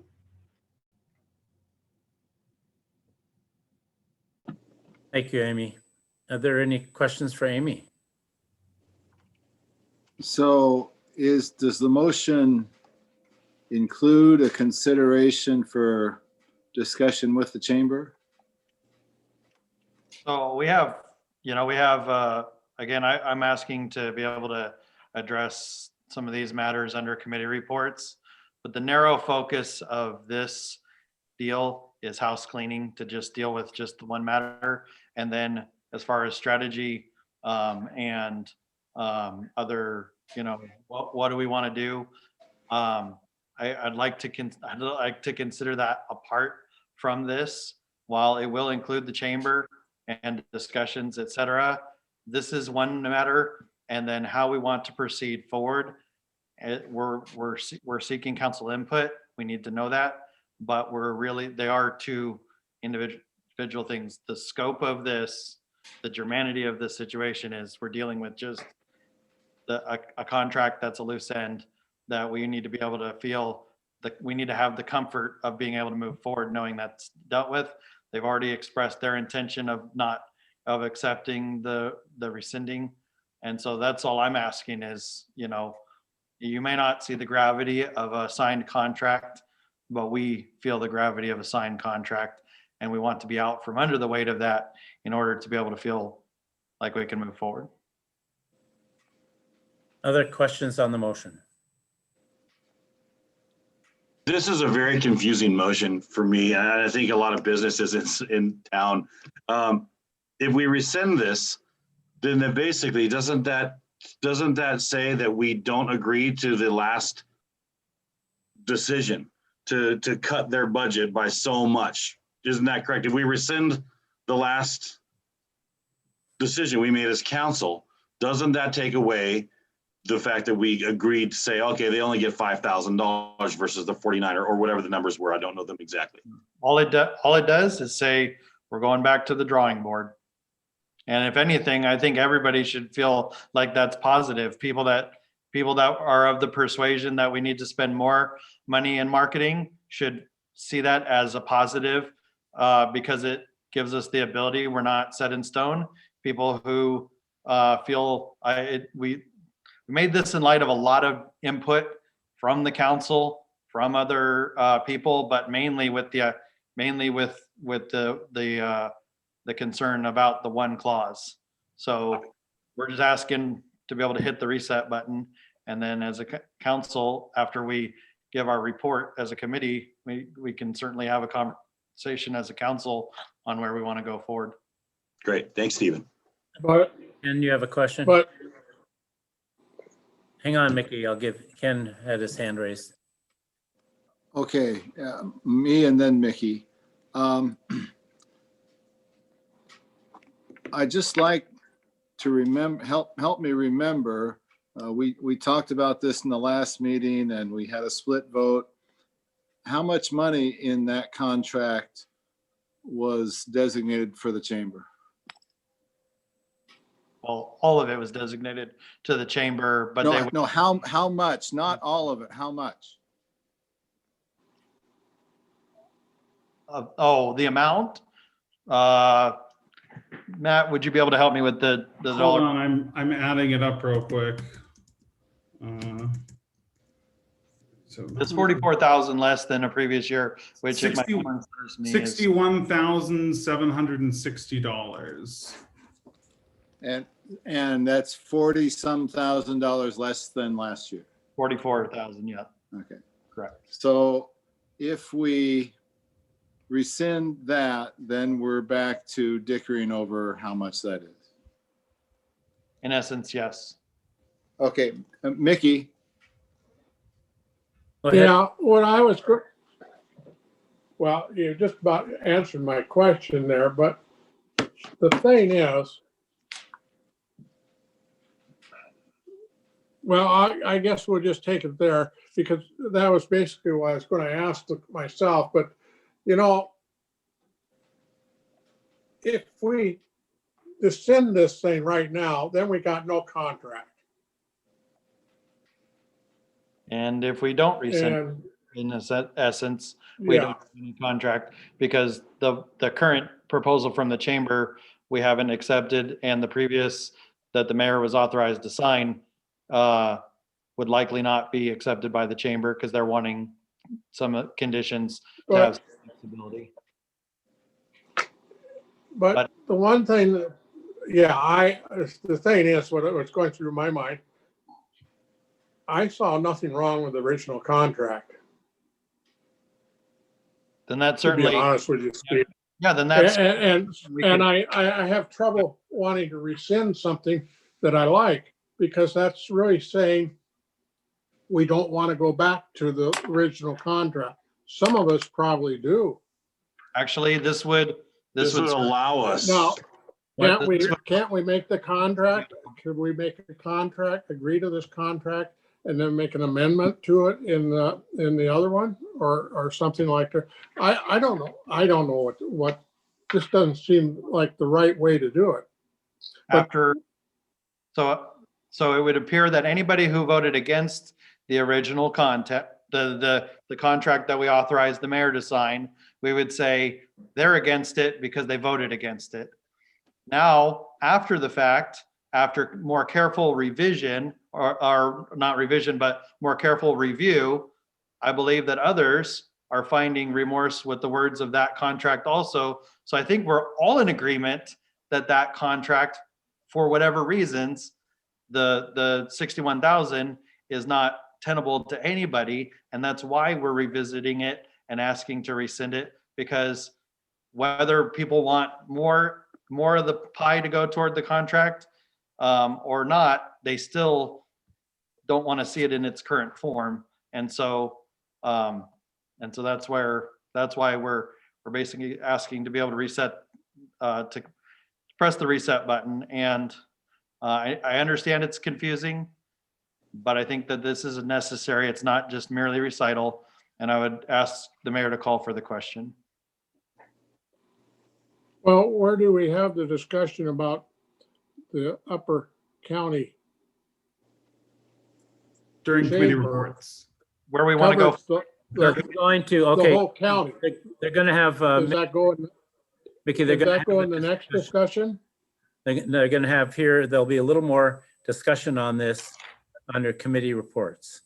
And right now, basically, this allows the council to open the contract back up and revisit what was decided, if I'm not mistaken. And so I will ask for, call for votes. All those in favor in rescinding the contract and opening up negotiations with aye. Aye. Aye. Those opposed. I'm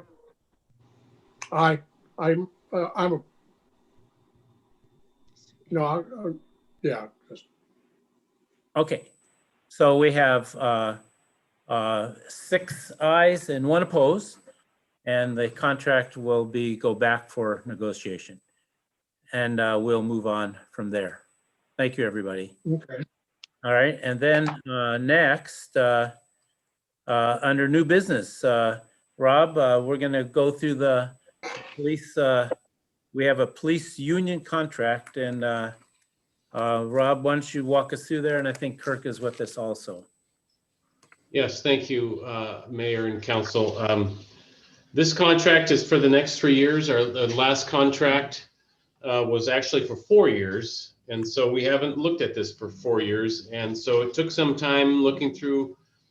I mean, a lot of it's the same as the last contract, but a few different things, issues that came up throughout the life of the last contract that came up. So we worked back and forth and came upon this agreement was agreed upon between both parties. Kirk, did you have anything to add? Not really. I agree with what you said, but I think both the union's interest and the city's interests were addressed. They were addressed properly and came to a very reasonable resolution. So I am pleased with the contract and how it's been presented. And with that, I would recommend to the council to approve the mayor to sign it. Questions? I make the motion, we approve the contract. I second the motion. It's moved by Mickey and seconded by Rustin. Ken, it looks like you were trying to say something, but you were muted. You're okay. All right. Questions on the motion to ratify the allow the mayor to sign the police union contract? Hearing no questions, all those in favor with aye? Aye. Aye. Opposed? Kirk, you can't vote against it.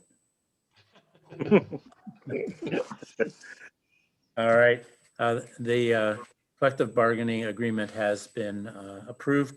We did work on this quite a bit, and I think both sides are happy with the both sides are happy with the result. Okay, now we'll go down to the ILA with Kittitas County for inmate housing. Rob, why don't you take us through that again? Oh, I was actually going to defer this to Kirk. We weren't sure if he was going to be online or not. So go ahead, Kirk. Okay. Yes, thank you, Rob. And the reason I wasn't sure I was going online, I'm actually in Spokane right now at a training. Sergeant Albo and I are at an FBI leadership course. So in reference to the jail contract that was sent to me, I looked it over, compared it to previous years. All the terms and conditions are the same. That previous year's contracts have worked very well with the Cle Elum Police Department and has worked into our favor. And I just, I don't find any reason to alter or add anything to the contract as it was been presented. So what's the pleasure of the council? Do we want to have a jail contract? Stephen, go ahead. I move that, well, do you have a, I move that we approve the interlocal agreement with Kittitas County for inmate housing as presented. And take a second. I'll second it. Okay, Stephen made the motion and Mickey seconded it to enter into the interlocal agreement to the city of Cle Elum and Kittitas County for housing of inmates for 2021. Ken, you had a question. Yeah, on page 5 of 10 under compensation, it says the county agrees to accept and house city prisoners for compensation per prisoner at the rate of $66.50 for the year 2021, no increase over the prior year. This contract is for 3 years. No, oh, this is 1 year. I'm sorry, I got it mixed up with the collective bargaining. Okay. Okay. And that's a daily rate, is it? Yes. Because okay, it just says rate, just doesn't say per day. So Yeah, it's per day per prisoner. okay. So still cheaper than the Motel 6. So yeah. Well, just good point. Council's point. I think didn't we spend about $8,000 last year, Kirk, for prisoner inmate? Rob, do you remember that? I don't have that right here, but it was just under. We budget quite a bit more, and so far we're doing okay with this agreement. Yeah. Just wanted to bring that up for the council's information. So was it moved and seconded? I forget already. I forget. All right, all those in favor with aye. Aye. Aye. Opposed? Aye. Those opposed? Hearing none, the agreement with the Kittitas County on housing of inmates for 2021 will be signed. Let's see, so we have an HLA task order 2021-001 and traffic count record system. And Mike, you want to explain to us the importance of this? Absolutely, Mayor, Council.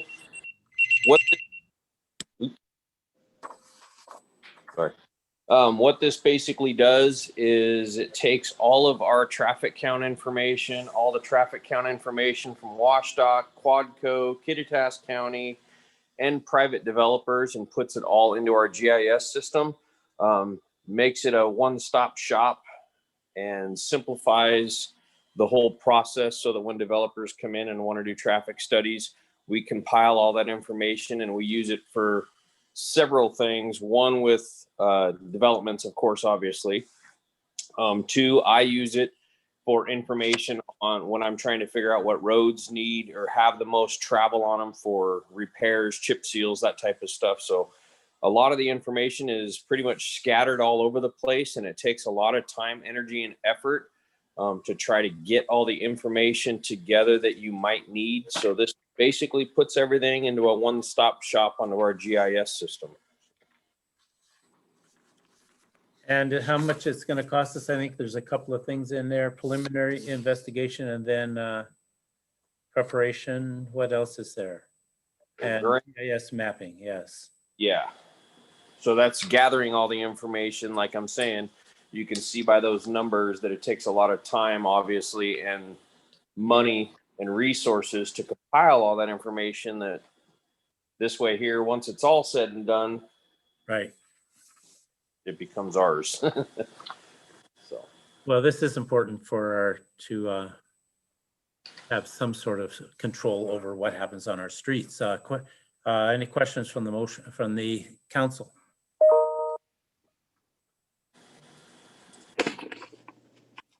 Do I hear a motion?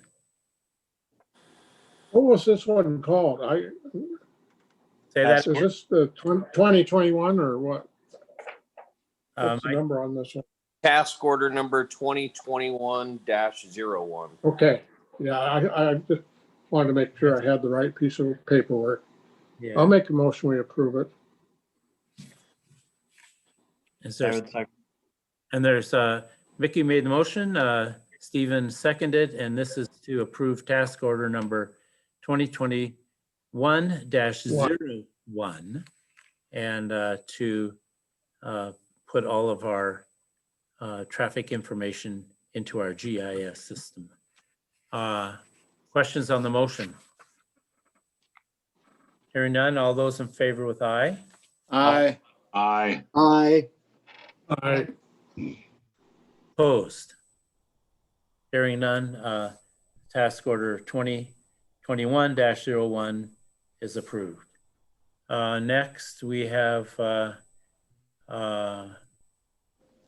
let's see here. I almost skipped one. Mike, you have another one. Resolution 2021-004, accepting Stafford Street project is complete. Thank you, Honorable Mayor. Yes, Stafford intersection is complete. All of the punch list items have been taken care of. So we're asking for the mayor to sign off on the project for final payment.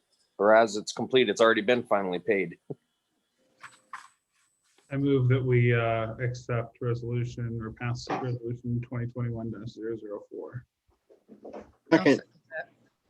Moved by Matthew Lund, seconded by John Galando to approve resolution 2021-004 for the final on Stafford Street project. Questions on the motion? Hearing none, all in favor with aye? Aye. Aye. Aye. Opposed? Hearing none, the resolution is passed. Okay, now we have an ordinance 1604 amending the purchasing policy, and Rob Olmans will explain the importance of that. And real quick, Mayor, out of an overabundance of caution, Oh. I will be recusing myself from discussion of this, as at present, I would be deliberating over something that would be materially changing something I would operate under, but none of the other council members would at present. And so out of an overabundance of caution, I'm going to stay out of the deliberations. Okay, thank you for that, Stephen. So Rob, what do we have here? Okay, yeah, thanks, council and mayor. Basically, we have an ordinance here in front of you. What we were trying to do is we were using this ordinance that was passed some time ago, and then as we got to reading it, it states that in item C, and that's the only thing that we're changing, is that we could only enter into public works contract change orders. And so it didn't make sense to us in the office here. It didn't think that that's what the council originally meant. And so, and just like in A, it just says, can purchase or enter into contracts for 30,000. And then the next level is the 50,000 level before all of city council. So I'm just proposing to delete those those 5 or 6 words there, as you can see. Is that, yeah, so that's the only change in this policy. I think it's a good policy. We'd just like to have those words taken out. Any questions on that? Does that make sense? Makes perfect sense. So do I hear a motion? Sounds like. Make a motion that we accept ordinance number 1604. With the Second. change. Moved by Beth Williams, is seconded by John Galando to accept ordinance number 1604. Questions on the motion? Hearing none, all in favor with aye? Aye. Aye. Those opposed? There's none opposed, so ordinance number 1604 is passed. Okay, now we're down to, we have a couple things here. Committee reports. So first we'll hear from Stephen Harper on the cemetery committee. Right. Well, things are moving forward. I'm honestly very unprepared, but basically the only thing, actually, Kathy, if you can help me, I think everything else has been resolved to where maybe a report is unnecessary, or is there anything else after what we've talked about today? Is there anything I do need to report to council? I think based on what we discussed today, a report would be better suited at a later time. Yeah. So we'll look forward to reporting you. We just after some clarifications, there's no action needed by the council or by our committee. So thank you for your time. Okay, thank you for that. Now, Utilities Committee report, Ken Ratliff is going to explain something to us. Give me just a second. I got to plug in my machine because I just got the low battery indicator. Hang on. Okay. Well, while we're waiting, are we going to have a discussion on committee reports about the chamber contract, or is that a later thing, Stephen? We should. I think it would be, we can take it in order, and that way Ken can, because he's prepared. Okay, gotcha. Just checking. Thank you. Are we just free time right now? Well, no, I'm ready now. Oh, you're going, okay. I'm back in business. Recess, Mickey. Yeah, I'm back in business. Okay, So, I'll make it, don't worry. well, here on the Utilities Committee, what drove this was a request by an individual who owns land in the city with a house on it in East Cle Elum. And this, the issue was whether this property needs to be connected to the city sewer, or if it qualifies for a septic. Now, our code is very strong that everyone hooks up to septic. And I got out, well, I got my code book and read all the code. And then I remembered from way back that the council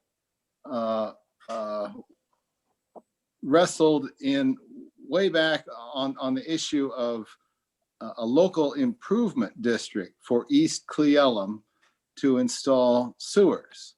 Now, I couldn't remember the details, but what I did, I sat down and started digging through my old records, and I not only found some good stuff, but look at this. I found the 2009 Valerie Southern Transportation Plan. Of course, it's not sewer, but I've got it. And so I was able to pull out a lot of transportation related stuff too, which was good.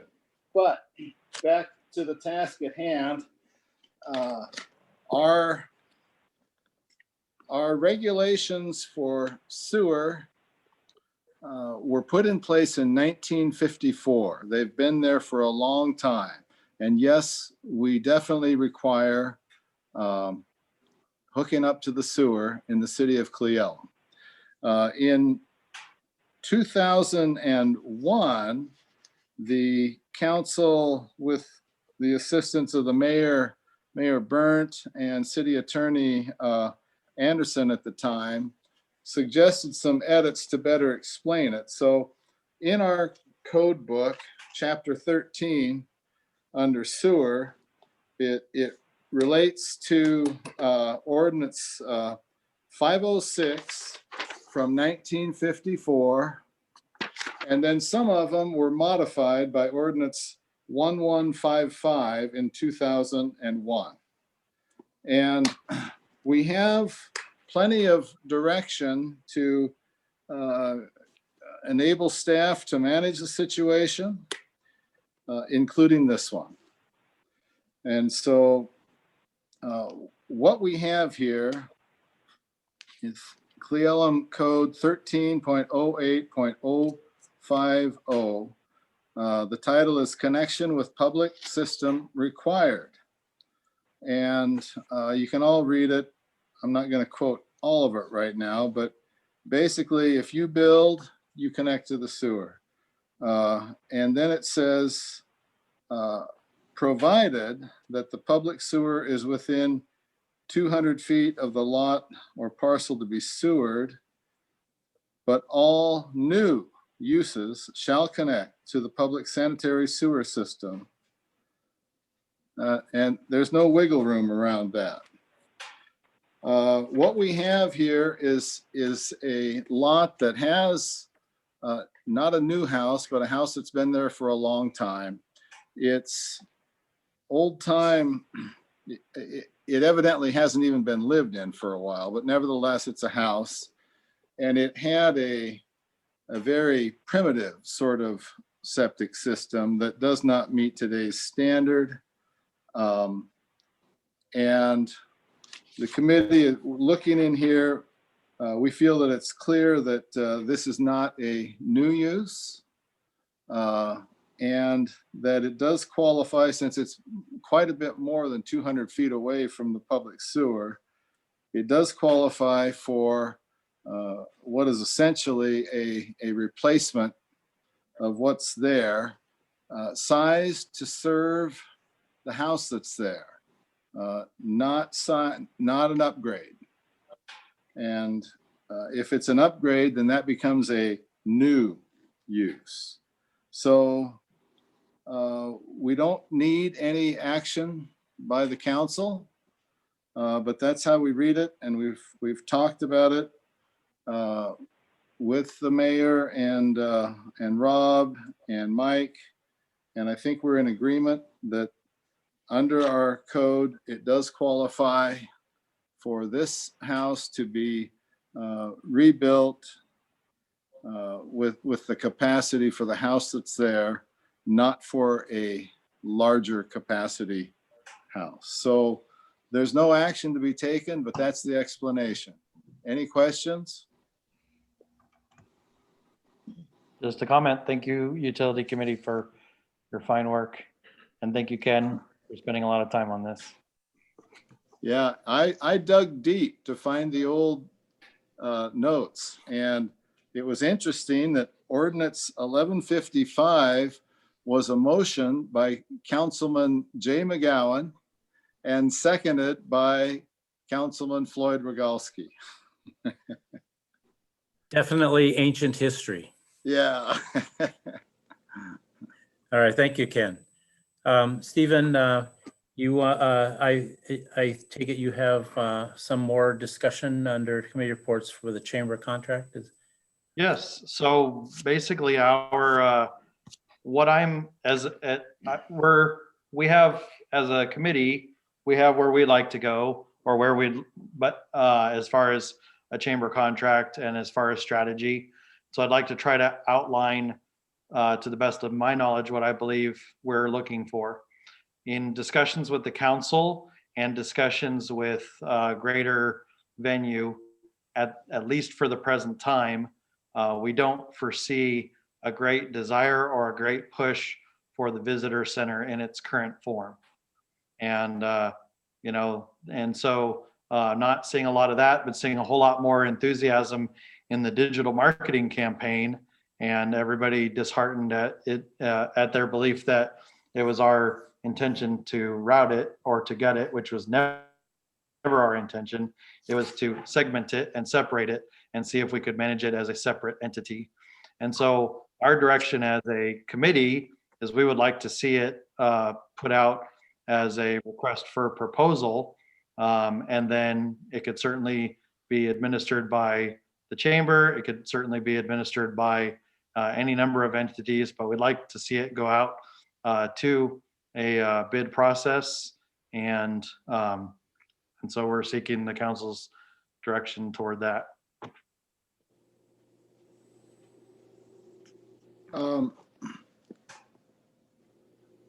Now?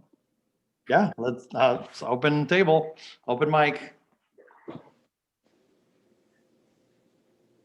I would question, why has this become such an important issue to it now? I mean, it would seem easier to go ahead and say, let's continue the same contract that we've done. We're in the middle of the worst pandemic that we've ever seen. Small businesses getting hammered. Why try to make this happen now versus saying, okay, we're going to re-sign your contract. Let's keep up the great work. They've done great work. Why stop that great work? And instead of saying, all right, over this next year, we're going to negotiate this, or we're going to look to do this differently. Why try to figure out right now in the middle of a pandemic that has no end in sight? And we even heard tonight, we still have 3 to 5 months away from this really getting a handle on this in Kittitas County. Why make all these changes now? That would be my only question. What sparked this conversation in the committee to say, oh, we don't need this anymore, we can find a better process? That would be my question for the committee. And I've heard from dozens of locals about it. Once it hit the newspaper, it became a hot button of sorts. So I believe I could intelligibly answer that, being as I've been on the committee for quite a while, and others that have been on the committee in the past have seen my sentiment that you'll remember there was a time when it was proposed that we would sign a 2-year contract. And we had all, as a council, discussed, and even as a committee, had always kept in the back of our mind that we felt like a 2-year contract was too close to a rubber stamp.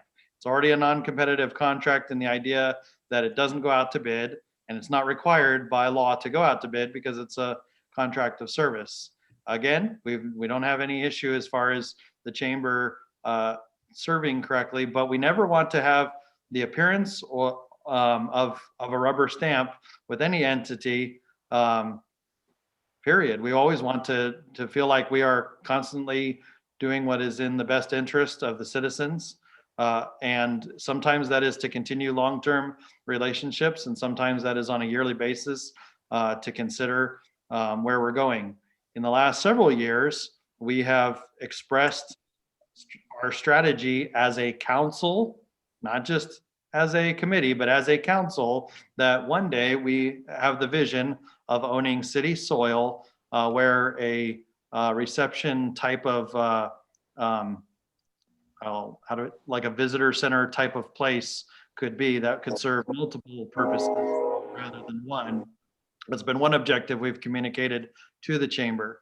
The other is that eventually we've contemplated a city employee that would be able to do the role of the visitor center / could also have a dual role as a public information officer with the city. The problem is we will never get any momentum toward that so long as the visitor center funds, et cetera, that we seek to possibly change in the future are intrinsically tied to a digital marketing campaign. And so what is seen as, well, we're cutting out this digital marketing that was never my intention. I've never communicated that intention. The communication, I have communicated the question as to the amount, but I've never questioned whether we should continue a digital marketing campaign. It's do we intrinsically tie it to the visitor center? Afterwards, we've gotten a lot of input saying, why do we even need a visitor center? Do we need a visitor center? And I would say, at least in this year, reconsideration of the visitor center is high in everybody's mind. Reconsideration of whether we should or should not do a digital marketing campaign is not in anybody's mind, even that of the committee, but how we should do it is certainly there. And it's of the mind of this committee that how we should do it is, this is a good year since we already have the natural draw of people away from the plague toward our beautiful paradise. This would be a good as time as any to reconsider and to push the digital marketing campaign. The other idea that's been lauded by our committee is doing a digital marketing campaign now that covers the whole year, similar to what we've had, and then consideration of maybe funds would be better spent as opposed to a visitor center, having a second digital marketing push when things open up in a greater way, or also getting behind local businesses and creating a grant program that would allow still have our digital marketing, but allow small businesses to be able to come and seek, as long as they can check all the boxes, they can apply directly to the city for their own personal digital marketing, so long as it, is going to qualify and pass a JMark, and as long as it's going to pass that. If they're trying to draw people from 50 miles away, it's certainly within the purview of our committee to grant those type of applications and to forward them onto the city, and we're flush with funds to do it. And so that's kind of where, I'm certainly love for John or Matt to chime in if they have any dissent with that report, or if they have any other things to add. But I think that's where we're, as a committee, going. Yeah, I guess I would echo what Stephen said. We've been talking to the chamber about the contract since September, October. We started talking about it. We had lunch when we still could have lunch with Madison and Amy back in mid-November to talk about the contract. And at that point, we had expressed that we were moving towards the possibility of making some significant changes, and the contract we got back was, I think, fairly similar to the one we've had before, although again, it had this added line in here that essentially made their work products that we're paying for property of the chamber, which I have quite a bit of heartache about, because it kind of locks us into one vendor. But that said, I also believe that, it might be time for us to, although the chamber has done a good job, I don't have issues with their performance. I think it's a good practice for us to have a competitive bid on at least the digital marketing portion, because there's lots of people who can provide that service. And I think it's important for us to, seek out new ideas and new folks who do this stuff, because I work in this field, and, sometimes you get a little stuck in a rut and you do there are innovative ideas out there that I don't even know about. And so I like the idea of having a competitive bid process and looking to see what else is out there. The chamber certainly could still come out on top, and certainly would probably have a leg up because they have a lot of historical, work in this. So, we thought this was the time. Russ, I completely understand your perspective here, but also, this is the time where people are coming here because they're trying to escape Seattle or escape, places because they can come here. Their kids are going to remote school and they're remote working, but also it's also the time where we're not supposed to travel. And so I think it would be a good time for us, while we're not supposed to be encouraging people to travel, to undertake this exploration of other ideas. Sure, and I respect that. And I said my piece last time, and I'll say again, we're not talking about now. We're talking about digital marketing months from now. And we need to be running digital marketing campaigns now. And it's, I keep hearing we're flush with funds. We're talking $44,000, not millions, not millions.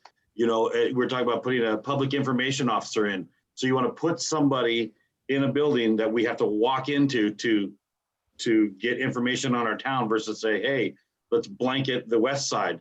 I mean, the Madison's numbers speak very well to why digital marketing works. And we have a lot of support in town for why we think we should keep digital marketing. So again, I've said my piece, and I respect your opinions on this, but I have made my opinion clear on this matter. Stephen, do you want to kind of talk about what our plan more looks like? Because I think maybe. Yeah, with respect, the one doesn't exclude the other. And as far as to put that 44,000 in perspective, I don't have exact terms, but I can tell you that our marketing budget is about on par with the city of Auburn, which is the 8th largest city in Cleveland or in Washington. So to say that we've neglected digital marketing, no, we've done an amazing job. And so money is not always the answer to something. Sometimes it's a fresh perspective or a new perspective or a reworking of things. Or we may look at the RFPs and say, you know what, we're getting a great deal with the chamber. I'm glad we looked into it. Now we know how valuable what we have is. But as far as what a PIO, why it's necessary, what it's not, we've tried events coordinators, et cetera, in the past. That's not what we're looking to create again. What we are looking to create though, and we've talked with different, we've talked with mayor, we've talked with other department heads, is cities, when they get to be the type of city that we are, we're growing beyond the, if excuse the phraseology, rinky dink, podunk little city. We are getting into where we can't just have anybody verbally representing our city. And our fire department and our other departments have their own, and other municipalities have their own public information officer in their own rights. And as a city, it is something that we need to have. The question is, well, do we create a full-time position for something that we don't need on a full-time? And the answer is no. Just like we don't have a full-time IT department and we don't have a full-time building department, but we have been, I believe, blessed to have certain individuals that are multi-talented and able to take on the roles of different things within our city. So the idea of this committee is seeing the need for a PIO, a public information officer, also needing somebody who can facilitate events. This is not somebody who's going to take over the digital marketing arm of the city. This is somebody who needs to be able to relieve Kathy and other city staff that are spending time when events get big and hot and heavy. Instead of them having to spend their time answering these questions, this public information officer would also be tasked with being able to answer those vitally needed questions and to facilitate a smoother running operation of those events that are crucial to the business of bringing people in and to businesses, as they would also be able to run those type of events. And so seeing that need for a public information officer, seeing the precedent of other cities that are able to partially or wholly fund that salary with lodging tax dollars, we see an opportunity here to get that position ready. But like with every city position, it just isn't just made overnight. And so we see that the money that's being spent right now with the emphasis toward a visitor center, which many different people have expressed is kind of an antiquated thing, a portion of that could be diverted and begin to shore up and create that position. I've been in talks with our treasurer. There's certainly budget available to be able to pay a portion of that salary to handle the things that really wouldn't pertain to things that would be the purview of a lodging tax. And so we get the best of all worlds. We have somebody who's able to be our face to the public and to the press, who's able to articulately explain policy, city policy, and be able to be our spokesman, similar to like a press secretary. And then they would also be able to facilitate events. They'd be able to, talk with any number of people trying to access the city. They would relieve a burden on an already burdened staff. And even our own council. There's times where there's things that come as a question to us that really would be much better directed toward a public information officer. I hate the term PIO. So essentially it'd be like a communications director slash Yeah, there director you of go. tourism. And the idea, this is a job that like I saw the city of Peak Harbor has, which is, I looked at their job description as kind of a framework for this. And so the idea is they wouldn't be the ones doing like the digital marketing campaign. They would be overseeing an agency, whether it's the chamber or somebody else, to actually execute the campaigns, but they have the ability to not only know what we're putting out externally, but know what's going on internally to make a very holistic, campaign for our communications. So it seems like we're to a point where something like that makes sense from the tourism side, but also frankly, from the city communication side, we can do a much better job. This would not be you having to go into the office and talk to somebody, but somebody who handles the city's Facebook page and external communications and, takes the burden off the city staff who already have enough on their plate to be able to very well communicate, the things that are going on when there's public meetings, things like that, and get that out there. Yeah, let me maybe explain real quick, and I'll certainly defer to Ken after, is exactly what he's talking about. One of the number one complaints that we're getting is, I didn't know that they were going to meet about this, or I didn't know they were going to meet about that. And that's where the communications director, their job is kind of like digital marketing, but for the things about the city, not about the commerce, et cetera. So digital marketing handles bringing people in, drawing them to local businesses and attractions, where a communications director is more about broadcasting the events of the city and of the council and et cetera, meetings, so that people know when things are happening and, they're able to engage better with us. And that's the motivation behind that person. I really appreciate you guys' expertise and thought. And I'm thinking this could be a real possibility. But a few years ago, and I don't remember how many present members of the council are here, but we took a very hard look with a very formal presentation of forming our own municipal electric utility, and electric and natural gas. And there were huge reasons to do it. We figured we could easily save ratepayers 30 to 40%, but there was also a lot of unknowns, and it wasn't a slam dunk. And we thought, okay, there's possibilities, but there's enough unknowns, and Puget Sound Energy has been a good provider and a good neighbor. Their rates are competitive, and we turned down the public utility thing. Maybe it would have been worthwhile to do it, but that's adding a lot. Now, this proposal has some real possibilities, but to me, and to have two members on the council or more that are have real input, but it's going to be run by the mayor. Indeed. When you do it, it's going to be run by the mayor. And I think it would be a lot better if you put something together and sold the mayor on it before we make the kind of changes we're considering. And back to Russ's comments, we're in the middle of the pandemic and everything going on. And for some people it's fine, but others it's really a tough time. And I kind of think that putting our hands around this thing is going to be a bigger thing than people like me on the council can really grasp. So it's a long way of saying I'm in favor of absolutely continuing with the chamber for this year's contract.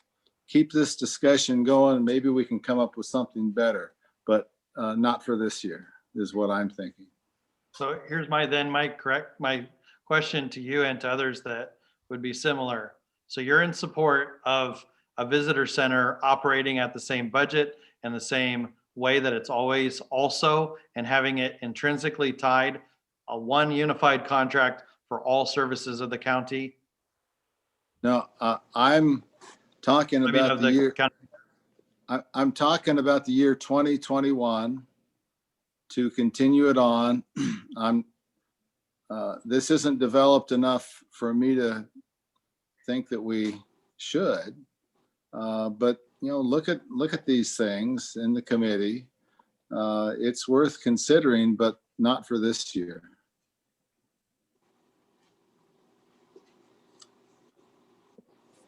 Any others? Mickey, go ahead. Well, you know, Steve, what you're not, actually, just before you started coming to the council meetings, most people don't know, Steve really thought this out before he joined the council. He came to every council meeting for about a year before he ran for election and took a lot of notes. And he really knew what he did. So he came on the ground running, and he's done an excellent job. So I want to say that there, because I'm not against what Steve's doing this time. I'm against the time that we're doing it. Now, as far as going out on our own, we went out on our own and we hired two women. Mark Fitzpatrick's wife was the first one that was hired, and that's what she did. She set up the parades and the activities and worked with the senior center and all of them there. And then she left, and then we hired my niece, Carrie Pear. But anyway, Farnham, we know her as. But anyway, and we had her she did it for 2 or 3 years. And during that time, because she was a relative, I got involved in it and worked on the parades and things like that. That's why I walk with a limp, because I fell on the ice lining up the carts. But anyway, that's another story. But anyway, it's a lot of work and it's a lot of time. And really, to do it properly, we have to go in this with a team. And that would be a leader that would put everything together, and there'd be two of them that would work it together to put on each event, because it takes time. You have to go there. You have to talk to the people and get them there. And you have to talk to them a week ahead of time and get them there, because they've forgotten about, oh, I was going to go to Aunt Martha's this weekend, and I said I'd have my truck down there in the parade. So it takes a lot of time and a lot of there, and it takes a lot of money. And that part there, it can't be set up that fast, and it can't be set up. I think the pandemic is the wrong time to do it. Try it again. What I would highly recommend is that we go with this contract this year and give them their money to going on there. They're set up. There's one more thing that we haven't thought about it, and I thought about it again when I was asked to say something to the newspaper. And we have our arms around more than the city of Cle Elum. And the Chamber of Commerce is a way to do that, because whether we like it or not, or want to believe it or not, Roslyn and out there where the snowmobiling is, on up the valley there, is the big attraction down here. We're not the large attraction. We don't have the big part. It really is. And you say the town of Roslyn, people know that. Okay, the Chamber of Commerce, when they're doing this whole thing, they're doing the whole area there. People are hitting that key to get there, to find out about other places there. They're coming over there. They're going down into our city. They are our drawing attractions. They're most of our drawing attractions. You know, the Coal Mine Trail, look at all the work that's been put on that. I was on that committee once, And there's a lot of work going on there, but you know, people know the coal mine trail and they walk it. And so it brings it in there. These are the things that you got to think about developing and there. So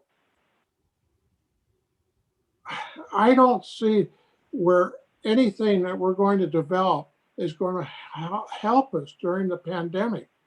And we're looking at this shot pattern, trying to get the people shot up in so they can go and we can have a crowd. We can't have anything right now in the crowd. We need to go with the electronic way to do it for the people that want to get out of Seattle, Tacoma, Auburn, Spokane, Yakima, maybe come up there.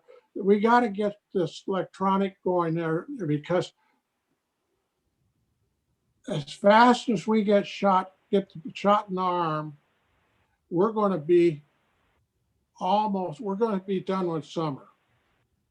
And you know, the biggest travel time in the hotel, motel, and timeshare business is after school quits, September on. And we'll have the kids back in school next year. The older people like me are going to be out traveling again. There was just on Bloomberg today, and they were talking on TV, which is a business channel. They figure they got $2 billion of retired people that are ready to travel, that can't travel. They get the shot in the arm and the schools get started up and they are going to be out next fall. So you get your program together, you bring it in next contract. The Chamber of Commerce puts their program together and they put a phase in that thing that they can present with it to do the same thing there, market this whole thing going there. But to chop them off right now and have someone come in and start it up, and it's going to take, I think you'd have to agree, 60, maybe 90 days to get it started. We're halfway through the season. The small businesses are going to be out of business before this thing comes there. So we go with this program with the chamber this year. And I think they've all listened to this, so they know what we're looking for. And they'll come in with a program next year. They can either have this, or you can have this, or this, or you can have the whole thing. And someone else, whoever wants to come in there, they can come to the Chamber of Commerce, or they can come to to us and say, hey, my name's Joe Blow. I want to do this, this, this for your town. This is what I know what to do. Do. And I want to enter in it for 2022. And I think that would be the way to do it, because, you know, we never forgive ourselves if we lose 3 or 4 businesses because we made the wrong step. We know that this may not be the total step, but we know it isn't the wrong step. And that's why I would vote against you, Steve, because I think we need to give it another, we need them right now. So I've asked a question that I haven't gotten an actual answer from a council person. I've gotten a general answer. The general answer I'm getting is, let's keep the status quo. But I've heard specific voices against a visitor center. And that seems to be the elephant in the room that nobody wants to stare in the eye. And my question is, this year, is a visitor center something that people are strongly and actively for keeping going and a central part of this contract that has to be all tied together? That's my question. That specifically, not we need to keep things, but do you specifically endorse a visitor center as it's gone in the past? That's what I'm asking.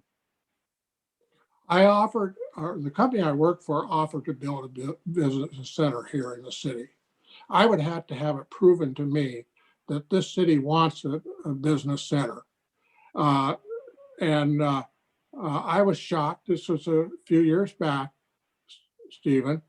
And I think we need to take that out to the public and really see what the people want. And you can't do that in a month or two. And I think maybe I'm being misunderstood. Do you want the chamber to continue to operate the visitor center during the pandemic as it has in the past? Well, I didn't go there. I like the program they got going right now because it covers the whole area. I think, myself, I like the visitor center, but what I'm saying is the city turned, not the city, it was the people turned it down. I never did go to the city. I went to we had little groups of people in, and they didn't want it. So I think we got to do some work on it before we spend all that money. Beth, do you have a comment? Do we have any statistics saying what kind of visitation we get at the visitor center? I mean, we got great statistics for the digital marketing. Do we have any statistics for visitation? We've been given those on a pretty regular basis. I don't have them before me, but the chamber has definitely reported on those, and they keep pretty decent stats on that. And the question is the concept, even if we've gotten great feedback from the past, are council members still comfortable with us actively funding a visitor center, that handles walk-ins of the public in this time? If the public is using it, then yes. Yeah, Ken feels comfortable with continuing the visitor center. There's still a fair number of us that aren't so comfortable with this online stuff, and the face-to-face thing means a lot. I've talked to Steven about it. I personally would never use a visitor center, and I do a lot of traveling. I do a lot of driving. It's not something I use, but without seeing statistics, I couldn't make that decision. I'm okay with the current contract, or the proposed original contract that would say, yeah, we still fund the visitor center. Yeah, we still fund digital marketing. Because I don't have enough data to understand if it is obsolete. I think they're obsolete, but that doesn't mean that they are. They're obsolete for me, and I'm 50. But I think the younger crowds that come over are on their phones and they're looking at X, Y, and Z. So I don't think a visitor center with placards and cards and papers is as important as it might be, but I don't have that data, so I really can't make a scientific decision. Okay, then I guess my last question, and I'm kind of looking for a yes or no, then as chair of the lodging tax, a direction that for this year would be comfortable, and I would like to, would have these points specifically. Number one, that a PIO is an eventuality that we need to work toward, that it's not a lofty goal, but it's actually something that we want to work toward in one way, shape, or form.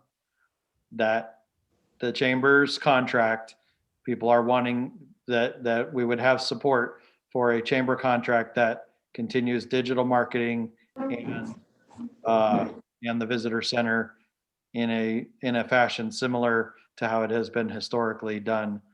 That basically those things that the PIO is it's not a in concept pie in the sky. We need to work toward it. We need to, mayor's already expressed his approval, and that we just have to work out the details. Does that sound pretty agreeable to the bulk of council? I'll say that, yes, I do agree in concept, and you're right.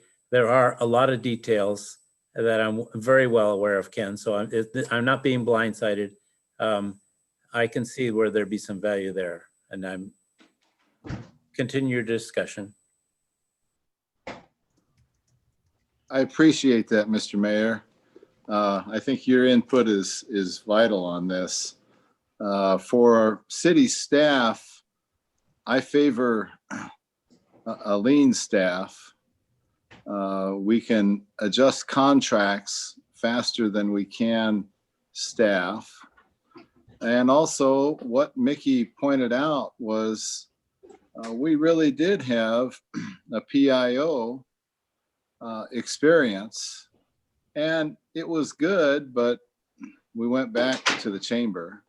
I mean, there's different ways of doing it, but just in general, I'm more in favor of a leaner staff. So I don't necessarily favor or disfavor the PIO concept, but I prefer the contract, quite frankly.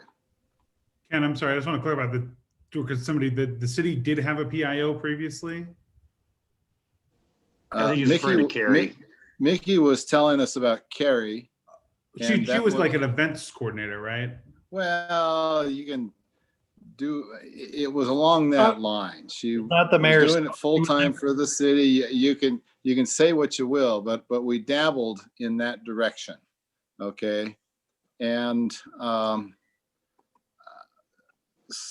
I'm just not convinced that that's the way to go in staffing and running a city. If we have something that is just as good a result for having a contract, I'd favor the contract.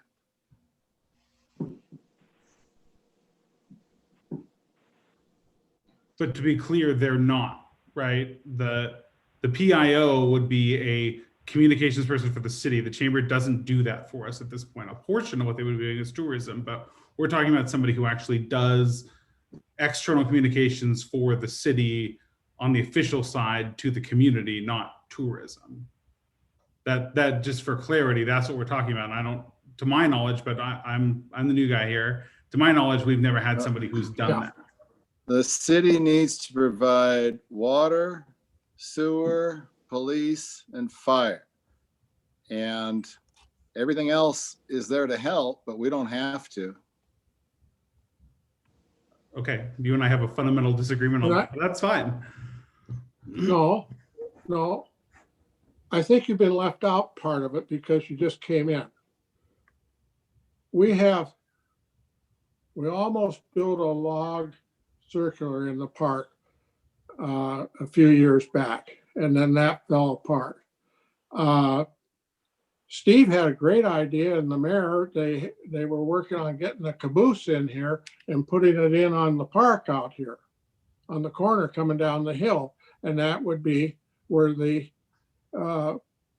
office would be. Okay, now what we have never done is, and it's our faults, not yours because you weren't here, but Steve and mine and really everyone that's on the council, except Beth wasn't here, but we couldn't figure out what to do in that park. You following what I'm saying? In other words, if you go build a center there in the park, then you got to build around the center. What we should do, someone has to come up and figure out, this is the park in the corner. This is where they come down out there. This is where they'll stop and walk in.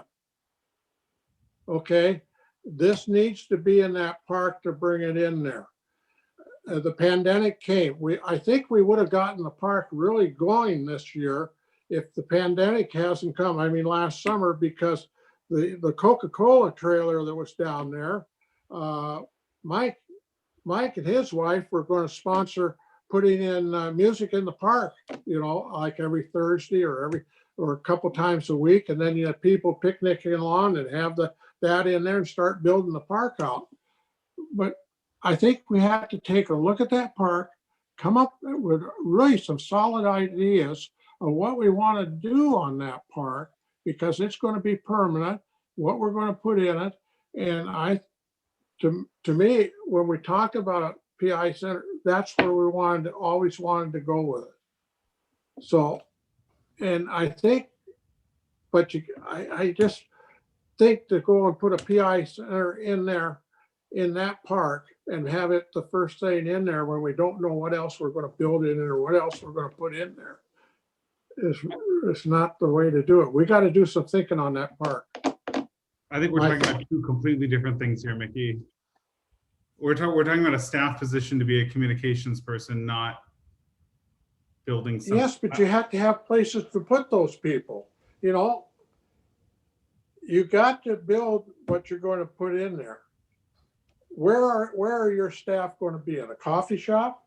Well, this would be one staff member. I assume we could we don't need to build a building for them, but I don't know. Maybe I'm misunderstanding In here. our previous conversations, you may not have. I think we out. Yeah. I know we've talked about building something in Y or putting something in Y Park, but I don't think what we're talking about here at the moment. Well, it is. It all ties together. That's what I'm saying to you. Okay. And that you have to do there. But the main thing right now, and I got off on another thing, I'll say that.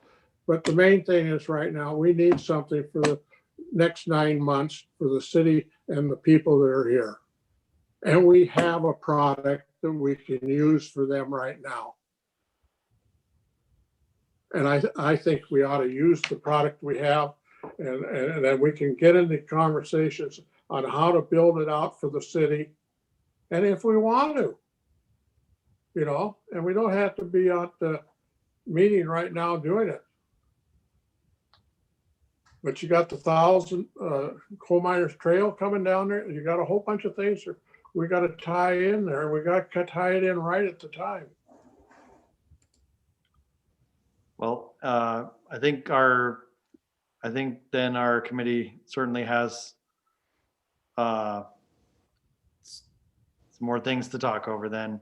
And we look to have something for the council to vote on by next meeting. I think we should vote on the chamber contract tonight. Myself. We don't have a contract in front of us to vote on. So, I mean, it's important. This was really like a little mini study session. We did tack it on the end. At times, if the council wants, we could set up another time to continue discussion. If you maybe give some information out, it's up to the committee or the council, but I think it's important that we were able to sit down and have this conversation, even though it was virtual. Ordinarily, we'd be doing this person to person. And it makes it a little bit more difficult, but I'm glad everybody had a chance to say if they had anything to say. So with that, I think we ought to carry on right now. Motion to adjourn. Second. Oh, come on, you guys. Beth, I know Beth wanted to get out of here before 9 o'clock, and so I guess we ought to honor her wish. What time is it? And it's about 25 minutes to 9, so. I have 2 minutes. She's got left on my 25 more computer battery. minutes. Yeah, 25 more minutes. It's Okay. midnight. Thank you, everybody. The My meeting computer is. battery is going kaput any second now. All right, Good night, everybody. all right. We'll continue this some more. Thank you.